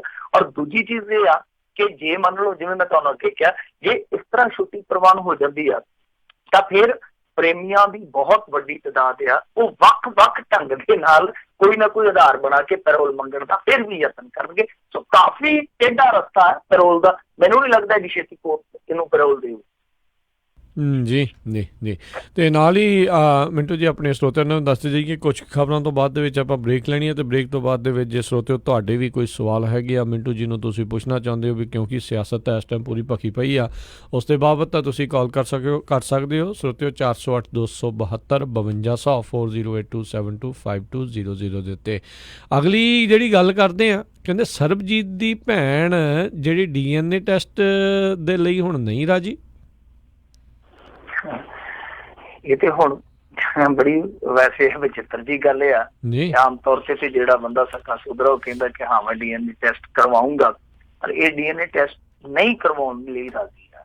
ਮਤਲਬ ਕਿ ਕਰਵਾਉਣ ਲਈ ਰਾਜ਼ੀ ਨਹੀਂ ਕਰਵਾਉਣ ਦੇ ਵਿੱਚ ਰਾਜ਼ੀ ਆ। ਤਾਂ ਮਾਮਲਾ ਤੁਹਾਨੂੰ ਪਤਾ ਹੀ ਹੈ, ਰਿਸ਼ਤਿਆਂ ਦੀ ਉਲਝਣ ਦਾ ਕੀ ਆ ਕਿ ਦੇਖੋ, ਜਿਹੜੀ ਇੱਕ ਬਲਜਿੰਦਰ ਕੌਰ ਨਾਮ ਦੀ ਔਰਤ ਆ, ਜਿਹਦਾ ਚਿਹਰਾ ਮੋਹਰਾ ਬਿਲਕੁਲ ਸਰਬਜੀਤ ਦੇ ਨਾਲ ਰਲਦਾ, ਉਹ ਅਚਾਨਕ ਪ੍ਰਗਟ ਹੋਈ ਸੀ ਅੱਜ ਤੋਂ 3-4 ਸਾਲ ਪਹਿਲਾਂ। ਉਹਨਾਂ ਨੇ ਪ੍ਰੈਸ ਕਾਨਫਰੰਸਾਂ ਕੀਤੀਆਂ ਸੀ। ਧੜਾ ਕਮਾਲ ਦੀ ਗੱਲ ਆ ਕਿ ਉਸ ਬੀਬੀ ਦੇ ਨਾਲ ਦਲਬੀਰ ਕੌਰ ਦਾ ਪਤੀ ਵੀ ਬੈਠਾ ਹੁੰਦਾ ਸੀ, ਜਿਹੜਾ ਫਰਾਡ ਦੇ ਕੇਸ ਦੇ ਵਿੱਚ ਇੱਕ ਦਫਾ ਮੇਰੇ ਖਿਆਲ ਦੇ ਨਾਲ ਕੋਰਟ ਇੱਕ ਵਾਰੀ ਉਹ ਅੰਦਰ ਵੀ ਘੱਲਿਆ ਗਿਆ ਸੀਗਾ, ਸ਼ਾਇਦ ਹਰਿਦੁਆਰ ਦਾ ਮਾਮਲਾ ਸੀਗਾ। ਤਾਂ ਬਲਜਿੰਦਰ ਕੌਰ ਦਾ ਦਾਅਵਾ ਇਹ ਆ ਕਿ ਸਰਬਜੀਤ ਸਿੰਘ ਗੋਦ ਲਿਆ ਸੀਗਾ ਇਹਨਾਂ ਨੇ ਜ਼ਰੂਰ, ਜਿਹੜਾ ਕੋਈ ਸੁਲੱਖਣ ਸਿੰਘ ਨਾਂ ਦਾ ਸ਼ਖਸ ਆ, ਪਰ ਇਹ ਜਿਹੜੀ ਦਲਬੀਰ ਕੌਰ ਹੈ, ਦਲਬੀਰ ਕੌਰ ਦੀ ਜਿਹੜੀ ਮਾਂ ਸੀਗੀ, ਇਹ ਗਾ ਕਸ਼ਮੀਰ ਚੋਂ ਆਈਆਂ ਸੀ, ਦੂਜੀ ਥਾਂ ਤੇ ਆਈਆਂ ਸੀ, ਆਈ ਕਿਸੇ ਹੋਰ ਬੰਦੇ ਨਾਲ ਸੀ ਇਹ ਜੋੜੀ, ਪਰ ਬਾਅਦ ਦੇ ਵਿੱਚ ਉਹਨੂੰ ਪਿੰਡ 'ਚ ਨਹੀਂ ਵੜਨ ਦਿੱਤਾ। ਇਹਦੀ ਸੁਲੱਖਣ ਸਿੰਘ ਨਾਂ ਦੇ ਬੰਦੇ ਦੀ ਘਰ ਵਾਲੀ ਮਰ ਗਈ, ਜਿਹੜਾ ਕਿ ਸਰਬਜੀਤ ਸਿੰਘ ਹੋਰਾਂ ਦਾ ਭਰਾ ਬਣਿਆ ਸੀਗਾ, ਸਰਬਜੀਤ ਸਿੰਘ ਹੋਰਾਂ ਦੇ ਪਿਓ ਦਾ ਭਰਾ ਬਣਿਆ ਸੀਗਾ। ਇਹਨਾਂ ਨੇ ਮੁੜ ਕੇ ਸਰਬਜੀਤ ਨੂੰ ਗੋਦ ਲਿਆ ਸੀਗਾ, ਪਰ ਬਾਅਦ ਦੇ ਵਿੱਚ ਇਹ ਪਿੰਡ ਆ ਗਈਆਂ ਇੱਧਰ ਭਿੱਖੀਵਿੰਡ ਬੰਨੀ, ਤੇ ਜਿਹੜਾ ਸਰਬਜੀਤ ਸਿੰਘ ਸੀ ਉਹ ਉੱਥੇ ਮਥੁਰਾ 'ਚ ਪੜ੍ਹਦਾ ਰਿਹਾ। ਉਹ ਵਾਹਵਾ ਜਦੋਂ ਜਵਾਨ ਹੋ ਗਿਆ, ਸੰਭਲ ਗਿਆ, ਉਦੋਂ ਭਿੱਖੀਵਿੰਡ ਆਇਆ। ਤਾਂ ਉਹ ਬਲਜਿੰਦਰ ਕੌਰ ਦਾਅਵਾ ਕਰਦੀ ਆ ਕਿ ਦਲਬੀਰ ਕੌਰ ਇਹਦੀ ਸੱਚੀ ਭੈਣ ਨਹੀਂ ਹੈਗੀ। ਔਰ ਦੂਜੀ ਚੀਜ਼ ਇਹ ਆ ਕਿ ਜਿਹੜੀ ਕੁੜੀ ਨੂੰ ਤਹਿਸੀਲਦਾਰ ਲਵਾਇਆ, ਉਹ ਕੁੜੀ ਅਸਲ ਦੇ ਵਿੱਚ ਦਲਬੀਰ ਕੌਰ ਦੀ ਕੁੜੀ ਆ। ਅਸਲ 'ਚ ਟੇਢੀ ਗੱਲ ਜਿਹੜੀ ਆ ਉਹ ਇਹੋ ਹੀ ਆ ਕਿ ਜਿਹੜੀ ਸਪਨ ਦੀ ਕੁੜੀ ਤਹਿਸੀਲਦਾਰ ਨਹੀਂ ਲੱਗੀ ਆ ਜੀ, ਉਹਦੇ ਮਾਮਲੇ ਦੇ ਵਿੱਚ ਉਹ ਖੁਲਾਸਾ ਕਰਦੀ ਆ ਬੀਬੀ ਕਿ ਉਹਨੇ ਕੋਰਟ ਮੈਰਿਜ ਜਦੋਂ ਕਰਾਈ, ਹਾਈ ਕੋਰਟ ਦੇ ਵਿੱਚ ਗਈ, ਉਹਨਾਂ ਦੇ ਬਿਆਨ ਹੋਏ ਜਦੋਂ, ਉਦੋਂ ਵੀ ਉਹਨੇ ਆਪਣੀ ਮਾਂ ਦਾ ਨਾਮ ਦਲਬੀਰ ਕੌਰ ਤੇ ਪਿਤਾ ਦਾ ਨਾਮ ਬਲਦੇਵ ਸਿੰਘ ਲਿਖਾਇਆ। ਤੁਸੀਂ ਕਢਾ ਕੇ ਦੇਖ ਲਓ। ਔਰ ਇੱਕ ਪੱਤਰਕਾਰ ਨੇ ਕਾਫੀ ਸਾਲ ਪਹਿਲਾਂ ਇਹਦੇ ਤੇ ਇੱਕ ਸਟੋਰੀ ਵੀ ਲਾਈ ਸੀਗੀ, ਜਦੋਂ ਇਹਨੂੰ ਤਹਿਸੀਲਦਾਰਨੀ ਦੀ ਨੌਕਰੀ ਮਿਲ ਗਈ, ਕਿ ਉਸ ਬੀਬੀ ਦੇ ਸਰਟੀਫਿਕੇਟਾਂ ਤੇ ਅੱਜ ਵੀ ਇਹ ਲਿਖਿਆ ਕਿ ਸਰਬਜੀਤ ਸਿੰਘ ਬਾਇਓਲੋਜੀਕਲ ਬਾਪ ਆ ਉਹਦਾ। ਅਸਲ ਦੇ ਵਿੱਚ ਬਲਦੇਵ ਸਿੰਘ ਬਾਪ ਆ, ਪਰ ਬ੍ਰੈਕਟ ਦੇ ਵਿੱਚ ਬਾਇਓਲੋਜੀਕਲ ਬਾਪ ਜਿਹੜਾ ਸਰਬਜੀਤ ਸਿੰਘ ਲਿਖਿਆ ਗਿਆ। ਜਦਕਿ ਡਾਕਟਰਾਂ ਤੋਂ ਜੇ ਤੁਸੀਂ ਇਹ ਗੱਲ ਪੁੱਛੋਗੇ, ਉਹ ਕਹਿੰਦੀ ਆ ਕਿ ਇਸ ਤਰ੍ਹਾਂ ਬਾਇਓਲੋਜੀਕਲ ਬਾਪ ਲਿਖਣਾ ਜਿਹੜਾ ਉਹ ਕੋਈ ਸਰਲ ਪ੍ਰਕਿਰਿਆ ਨਹੀਂ, ਉਹਦੇ ਵਾਸਤੇ ਇੱਕ ਬਹੁਤ ਵੱਡੀ ਪ੍ਰਕਿਰਿਆ ਜਿਹੜੀ ਉਹ ਅਪਣਾਉਣੀ ਪੈਂਦੀ ਆ। ਤਾਂ ਇਹ ਖੇਡ ਜਿਹੜੀ ਆ ਉਹ ਰਿਸ਼ਤਿਆਂ ਦੀ ਉਲਝਣ ਦੇ ਵਿੱਚ ਉਲਝੀ ਆ। ਪਰ ਇਸ ਬੀਬੀ ਦਲਬੀਰ ਕੌਰ ਨੇ ਨਾ ਕਰ ਦਿੱਤੀ ਹੈ, ਕਹਿੰਦੀ ਹੈ ਕਿ ਜਦੋਂ ਮਾਮਲਾ ਕੋਰਟ ਦੇ ਵਿੱਚ ਆ ਤਾਂ ਮੈਂ DNA ਟੈਸਟ ਕਿਉਂ ਕਰਵਾਵਾਂ। ਉਹਨੇ ਦੂਜੀ ਗੱਲ ਆਖੀ ਆ, ਵੈਸੇ ਤੇ ਮੰਨਦੇ ਆ ਕਿ ਸਰਬਜੀਤ ਸਿੰਘ ਨੂੰ ਜਦੋਂ ਇਹਨਾਂ ਨੇ ਗੋਦ ਦਿੱਤਾ ਸੀ ਤੇ ਫਿਰ ਇਹਨਾਂ ਦਾ ਕੀ ਨਾਤਾ ਵਾ। ਤੇ ਦੂਜੀ ਚੀਜ਼ ਇਹ ਕਹਿੰਦੇ ਆ ਕਿ ਜਦੋਂ ਲੜਾਈ ਮੈਂ ਲੜੀ ਆ, ਤਾਲਿਬਾਨ ਵਾਲਿਆਂ ਦੀਆਂ ਧਮਕੀਆਂ ਮੈਂ ਸਹੀਆਂ, ਤੇ ਫਿਰ ਇਹ ਉਦੋਂ ਕਿਉਂ ਨਹੀਂ ਆਏ ਸਾਹਮਣੇ। ਤਾਂ ਇਹਨਾਂ ਦੇ ਆਪਣੇ ਤਰਕ ਆ, ਪਰ ਇਹਨਾਂ ਨੇ ਕਿਹਾ ਕਿ ਉਹ DNA ਟੈਸਟ ਨਹੀਂ ਕਰਾਉਣਗੇ ਇਸ ਮਾਮਲੇ। ਜੀ ਜੀ ਜੀ ਅਗਲੀ ਜਿਹੜੀ ਗੱਲ ਕਰਦੇ, ਕਹਿੰਦੇ ਔਰਤ ਇੰਸਪੈਕਟਰ ਦੀ ਕੁੱਟਮਾਰ ਕਰਨ ਵਾਲੇ ਜਿਹੜੇ ਕੋਲੋਨਾਈਜ਼ਰ ਨੂੰ ਮਹਿਲਾ ਕਮਿਸ਼ਨ ਨੇ ਕੀਤਾ ਹੈ ਤਲਬ। ਇਹ ਵਾਹਵਾ ਚਿਰ ਬਾਅਦ ਇਹਨਾਂ ਨੇ ਤਲਬ ਕੀਤਾ ਇਸ ਨੂੰ। ਨਹੀਂ, ਇਹ ਘਟਨਾ ਮੇਰੇ ਖਿਆਲ ਦੇ ਨਾਲ ਕੱਲ ਦੀ ਹੈ ਜਾਂ ਪਰਸੋਂ ਦੀ ਆ। ਇਹ ਕਿਸ ਤੋਂ ਪਹਿਲਾਂ ਵੀ ਹੋਈ ਸੀ, ਮੈਨੂੰ ਲੱਗ ਰਿਹਾ ਸੀ ਸ਼ਾਇਦ ਉਹ। ਜੀ ਜੀ ਹਾਂਜੀ ਜੀ। ਨਹੀਂ, ਉਹ ਘਟਨਾ ਵਾਪਰੀ ਸੀਗੀ ਸ਼ਾਇਦ ਹਿਮਾਚਲ ਦੇ ਵਿੱਚ, ਜਦੋਂ ਇੱਕ ਉਹ ਹੋਟਲ ਕਾਰੋਬਾਰੀ ਨੇ ਮੇਰੇ ਖਿਆਲ ਦੇ ਨਾਲ ਇੱਕ ਬੀਬੀ ਨੂੰ ਗੋਲੀ ਮਾਰੀ ਸੀ ਜੀ। ਉਦੋਂ ਮਾਮਲਾ ਬੜਾ ਪੱਕਿਆ ਸੀਗਾ, ਉਹ ਵੀ ਗਈ ਸੀਗੀ, ਇਸੇ ਤਰ੍ਹਾਂ ਹੀ ਮਾਮਲਾ ਸੀਗਾ ਗੈਰ ਅਧਿਕਾਰਤ ਕਿਸੇ ਬਿਲਡਿੰਗ ਨੂੰ ਢਾਉਣ ਦਾ। ਫਿਰ ਉਦੋਂ ਇੱਕ ਹੋਟਲ ਕਾਰੋਬਾਰੀ ਨੇ ਗੋਲੀ ਮਾਰ ਦਿੱਤੀ ਸੀ, ਉਦੋਂ ਮਾਮਲਾ ਕਾਫੀ ਪੱਕਿਆ ਸੀ। ਸ਼ਾਇਦ ਕੋਈ ਹੋਰ ਵੀ ਹੋਵੇ, ਮੈਨੂੰ ਚੇਤਾ ਨਹੀਂ। ਤਾਂ ਇਹ ਮਾਮਲਾ ਜਿਹੜਾ ਸੀਗਾ ਉਹ ਲੁਧਿਆਣੇ ਦੇ ਤਾਜਪੁਰ ਰੋਡ ਦਾ ਦੱਸਦੇ ਕਿ ਉੱਥੇ ਕੋਈ ਅਣਅਧਿਕਾਰਤ ਕਲੋਨੀ ਸੀਗੀ, ਜਿਹਦੀ ਗੈਰ ਕਾਨੂੰਨੀ ਉਹ ਸਾਰੀ ਪਹਿਲਾਂ ਨਿਗਮ ਵੱਲੋਂ ਰੁਕਵਾਈ ਗਈ ਸੀਗੀ, ਉਹ ਸਾਰੀ ਫੇਰ ਚਾਲੂ ਕੀਤੀ ਗਈ। ਇਹ ਕਸ਼ਿਸ਼ ਨਾਂ ਦੀ ਜਿਹੜੀ ਨਿਰੀਖਕ ਸੀਗੀ, ਇੰਸਪੈਕਟਰ ਸੀਗੀ ਬੀਬੀ, ਇਹ ਉੱਥੇ ਗਈ, ਇਹਨੇ ਉਹ ਕੰਮ ਕਰ ਰੁਕਵਾਉਣਾ ਚਾਹਿਆ। ਕੰਮ ਕਰ ਰੁਕਵਾ ਕੇ ਜਦੋਂ ਵਾਪਸ ਆ ਰਹੀ ਸੀਗੀ, ਉਹ ਜਿਹੜਾ ਕਲੋਨਾਈਜ਼ਰ ਸੀਗਾ, ਉਹ ਜਿਹੜਾ ਤਗੜਾ ਕਾਰੋਬਾਰੀ ਸੀਗਾ, ਉਹ ਪਿੱਛੇ ਆ ਗਿਆ ਕਾਰ ਲੈ ਕੇ। ਉਹਨੇ ਪਹਿਲਾਂ ਤੇ 2-3 ਦਫਾ ਟੱਕਰ ਮਾਰੀ ਕਾਰ ਦੇ ਵਿੱਚ, ਮੁੜ ਕੇ ਕਾਰ ਅੱਗੇ ਲਾ ਕੇ ਇਸ ਬੀਬੀ ਨੂੰ ਦੱਸਦੇ ਕਿ ਥੱਲੇ ਲਾ ਕੇ ਤੇ ਜਲੀਲ ਕੀਤਾ ਗਿਆ, ਕੁੱਟਿਆ ਮਾਰਿਆ ਗਿਆ। ਦੋਸ਼ ਇਹ ਲੱਗ ਰਿਹਾ ਕਿ ਕਹਾਣੀ ਜਿਹੜੀ ਆ ਉਲਟ ਵੀ ਨਿਕਲ ਆਉਂਦੀ ਆ, ਪਰ ਜਿਹੜੇ ਦੋਸ਼ ਲੱਗੇ ਆ, ਜੇ ਮੰਨ ਲਓ ਇਹ ਸੱਚੇ ਦੋਸ਼ ਆ ਤੇ ਫਿਰ ਤਾਂ ਬਹੁਤ ਮਾੜੀ ਗੱਲ ਆ। ਕਿਉਂਕਿ ਇਹ ਆ ਕਿ ਇਸ ਬੀਬੀ ਨੇ ਕੋਈ ਜਾ ਕੇ ਤੇ ਰਿਸ਼ਵਤ ਨਹੀਂ ਮੰਗੀ, ਕਿਸੇ ਨੂੰ ਤੰਗ ਨਹੀਂ ਕੀਤਾ। ਜੋ ਅਣਅਧਿਕਾਰਤ ਉਸਾਰੀ ਸੀਗੀ, ਜਿਹੜੀ ਗੈਰ ਕਾਨੂੰਨੀ ਢੰਗ ਦੇ ਨਾਲ ਕੋਈ ਇਮਾਰਤਸਾਜੀ ਹੋ ਰਹੀ ਸੀਗੀ, ਉਹਨੂੰ ਰੋਕਿਆ ਵਾ। ਤਾਂ ਜਿਵੇਂ ਇੱਕ ਉਦਾਹਰਨ ਮੈਂ ਤੁਹਾਨੂੰ ਅੱਗੇ ਦਿੱਤੀ ਆ, ਇੱਕ ਘਟਨਾ ਅੱਗੇ ਕੋਟ ਕੀਤੀ ਆ ਕਿ ਹੋਟਲ ਦੀ ਉਸਾਰੀ ਰੁਕਵਾਉਣ ਗਈ ਇੱਕ ਅਫਸਰ ਬੀਬੀ ਨੂੰ ਗੋਲੀਆਂ ਨਾਲ ਭੁੰਨ ਦਿੱਤਾ ਗਿਆ ਸੀਗਾ। ਇਸ ਬੀਬੀ ਨੂੰ ਜ਼ਲੀਲ ਕੀਤਾ ਗਿਆ, ਤਾਂ ਇਹਦਾ ਮਤਲਬ ਇਹ ਆ ਕਿ ਜੇ ਇਸ ਤਰ੍ਹਾਂ ਹੁੰਦਾ ਰਿਹਾ ਤੇ ਜਿਹੜੇ ਇਦਾਂ ਦੇ ਅਫਸਰ ਜਾ ਕੇ ਹੱਥ ਪਾਉਂਦੇ ਆ, ਨੱਥ ਪਾਉਂਦੇ ਆ, ਜਿਹੜੇ ਚੰਦ ਬਚੇ ਆ, ਫਿਰ ਉਹਨਾਂ ਦਾ ਵੀ ਹੌਸਲਾ ਟੁੱਟਦਾ ਕਿਤੇ ਨਾ ਕਿਤੇ। ਤਾਂ ਇਸ ਮਾਮਲੇ ਦੇ ਵਿੱਚ ਮਹਿਲਾ ਕਮਿਸ਼ਨ ਨੇ ਜ਼ਰੂਰ ਤਲਬ ਕੀਤਾ ਉਸ ਕਲੋਨਾਈਜ਼ਰ ਨੂੰ, ਪਰ ਇਹਦੇ ਚ ਮੇਰੇ ਖਿਆਲ ਦੇ ਨਾਲ ਜਿਹੜੀ ਲੋਕਲ ਪੁਲਿਸ ਆ ਜਾਂ ਜਿਹੜੀ ਸਾਡੀ ਸਰਕਾਰ ਆ, ਉਹਨਾਂ ਨੂੰ ਵੀ ਸਖਤ ਕਦਮ ਚੁੱਕਣੇ ਚਾਹੀਦੇ, ਛੇਤੀ ਤੋਂ ਛੇਤੀ ਉਹ ਬੰਦਾ ਗ੍ਰਿਫਤਾਰ ਕਰਨਾ ਚਾਹੀਦਾ ਜੇ ਇਹਨਾਂ ਦੋਸ਼ਾਂ ਦੇ ਵਿੱਚ ਸੱਚਾਈ ਹੈ ਤਾਂ। ਜੀ ਜੀ ਜੀ ਬਿਲਕੁਲ। ਤੇ ਸਰੋਤਿਓ, ਇੱਥੇ ਇੱਕ ਆਪਾਂ ਬ੍ਰੇਕ ਲੈਂਦੇ ਹਾਂ, ਬ੍ਰੇਕ ਤੋਂ ਬਾਅਦ ਮੁੜ ਕੇ ਫਿਰ ਵਾਪਸ ਹਾਜ਼ਰ ਹੁੰਦੇ ਹਾਂ। ਤੇ ਤੁਹਾਡਾ ਵੀ ਜੇ ਕੋਈ ਸਵਾਲ ਹੈਗਾ ਆ ਤਾਂ ਤੁਸੀਂ ਮਿੰਟੂ ਜੀ ਨੂੰ ਪੁੱਛ ਸਕਦੇ ਹੋ। ਕਾਲ ਕਰਨ ਦੇ ਲਈ ਨੰਬਰ ਰਹੇਗਾ 408 272 5200 4082725200।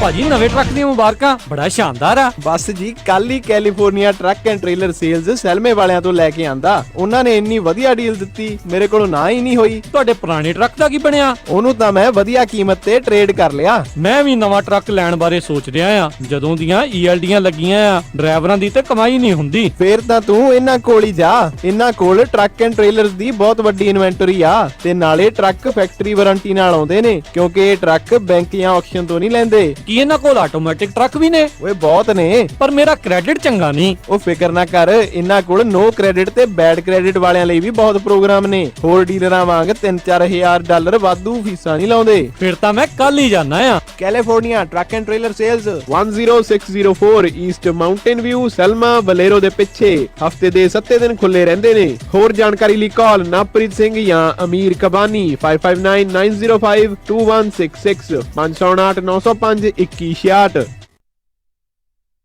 ਅਮਨ, ਆਪਾਂ ਸੈਕਰਾਮੈਂਟੋ ਵਿੱਚ ਮੂਵ ਤਾਂ ਹੋ ਗਏ ਆ। ਹੁਣ ਇੱਥੇ ਆਪਾਂ ਚੰਗਾ ਜਿਹਾ ਡਾਕਟਰ ਤੇ ਫੈਮਿਲੀ ਕਲੀਨਿਕ ਵੀ ਲੱਭ ਲਈਏ। ਤੁਸੀਂ ਫਿਕਰ ਹੀ ਛੱਡ ਦਿਓ ਜੀ। ਮੇਰੀ ਫਰੈਂਡ ਰਿਤੂ ਦੀ ਕਾਲ ਆਈ ਸੀ, ਉਹਨੇ ਮੈਨੂੰ ਨੰਬਰ ਦਿੱਤਾ ਹੈ ਤੱਖਰ ਅਰਜੈਂਟ ਕੇਅਰ ਅਤੇ ਫੈਮਿਲੀ ਮੈਡੀਸਨ ਵਾਲਿਆਂ ਦਾ। ਅੱਛਾ, Takhar urgent care and family medicine, ਜਿੱਥੋਂ ਕਰਵਾ ਸਕਦੇ ਹੋ adult and child physical, DOT and naan DOT ਫਿਜ਼ੀਕਲਸ, employment ਫਿਜ਼ੀਕਲਸ ਅਤੇ ਸਕੂਲ ਫਿਜ਼ੀਕਲਸ। ਇਸ ਦੇ ਨਾਲ ਹੀ EKG, blood work, urine analysis, TB testing, air irrigation ਅਤੇ ਇਨਗ੍ਰੋਨ ਟੋਨੇਲ ਰਿਮੂਵਲ। ਇਸ ਦੇ ਨਾਲ ਹੀ ਚਮੜੀ ਦੇ ਰੋਗਾਂ ਦਾ ਇਲਾਜ ਵੀ ਕਰਵਾ ਸਕਦੇ ਹੋ ਅਤੇ ਇੱਥੋਂ ਤੁਸੀਂ ਲੈ ਸਕਦੇ ਹੋ ਮੈਡੀਕਲ ਸਪਾ ਦੀਆਂ ਸਾਰੀਆਂ services, laser hair removal, fillers, wrinkle relaxers, anti ageing treatments, microdermabrasion, skin rejuvenation, fine lines, brown spots, spider veins, stretch marks ਅਤੇ ਐਕਨੇ ਅਤੇ ਹੋਰ ਵੀ ਬਹੁਤ ਕੁਝ। ਅਤੇ ਲੈ ਸਕਦੇ ਹੋ ਆਪਣੇ ਬਜਟ ਮੁਤਾਬਕ ਟ੍ਰੀਟਮੈਂਟ ਪਲਾਨ। ਵਧੇਰੇ ਜਾਣਕਾਰੀ ਲਈ ਗੱਲ ਕਰ ਸਕਦੇ ਹੋ ਡਾਕਟਰ ਪਰਮਜੀਤ ਸਿੰਘ ਤੱਖਰ MD 9166889994 8191 ਟਿੰਬਰਲੇਕ ਵੇ ਸਵੀਟ 350 ਅਤੇ 400 ਸੈਕਰਾਮੈਂਟੋ।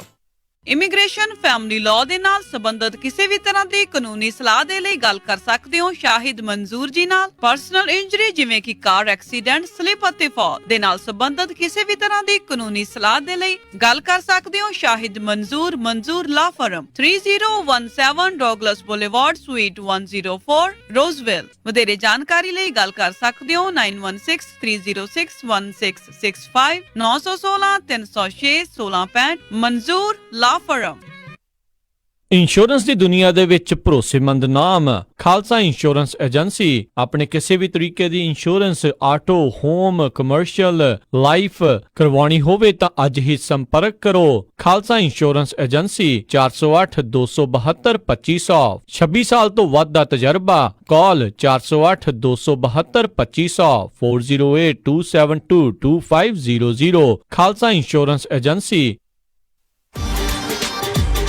ਟਰੱਕਿੰਗ ਕੰਪਨੀਜ਼ ਲਈ ਖੁਸ਼ਖਬਰੀ, ਹੁਣ ਟਰੱਕ ਡਰਾਈਵਰਜ਼ ਲੱਭਣੇ ਹੋਏ ਆਸਾਨ। ਛੋਟੀ ਤੋਂ ਵੱਡੀ ਟਰੱਕਿੰਗ ਕੰਪਨੀ ਦੇ ਲਈ ਇੱਕ ਨਵੀਂ ਐਪ ਟਰੱਕ ਬੁੱਕ, ਜਿਸ ਦੇ ਜ਼ਰੀਏ ਤੁਸੀਂ ਬਹੁਤ ਹੀ ਆਸਾਨੀ ਦੇ ਨਾਲ ਆਪਣੇ ਰਾਊਟਸ ਅਤੇ ਲੋਡ ਦੀ ਜਾਣਕਾਰੀ ਪਾ ਕੇ ਅਨਲਿਮਿਟਿਡ ਡਰਾਈਵਰਜ਼ ਅਤੇ ਓਨਰ ਆਪਰੇਟਰ ਲੱਭ ਸਕਦੇ ਹੋ। ਪੂਰੇ ਅਮਰੀਕਾ ਦੇ ਵਿੱਚ truck trailer repair shops app ਦੇ ਨਾਲ ਲੱਭ ਸਕਦੇ ਹੋ। ਤੁਸੀਂ ਟਰੱਕ ਬੁੱਕ ਐਪ ਤੇ ਆਪਣੇ ਟਰੱਕ ਟ੍ਰੇਲਰ ਰੈਂਟ ਤੇ ਲੱਭ ਅਤੇ ਪਾ ਸਕਦੇ ਹੋ ਅਤੇ ਟਰੱਕ ਟ੍ਰੇਲਰਸ ਨੂੰ ਖਰੀਦ ਅਤੇ ਵੇਚ ਵੀ ਸਕਦੇ ਹੋ।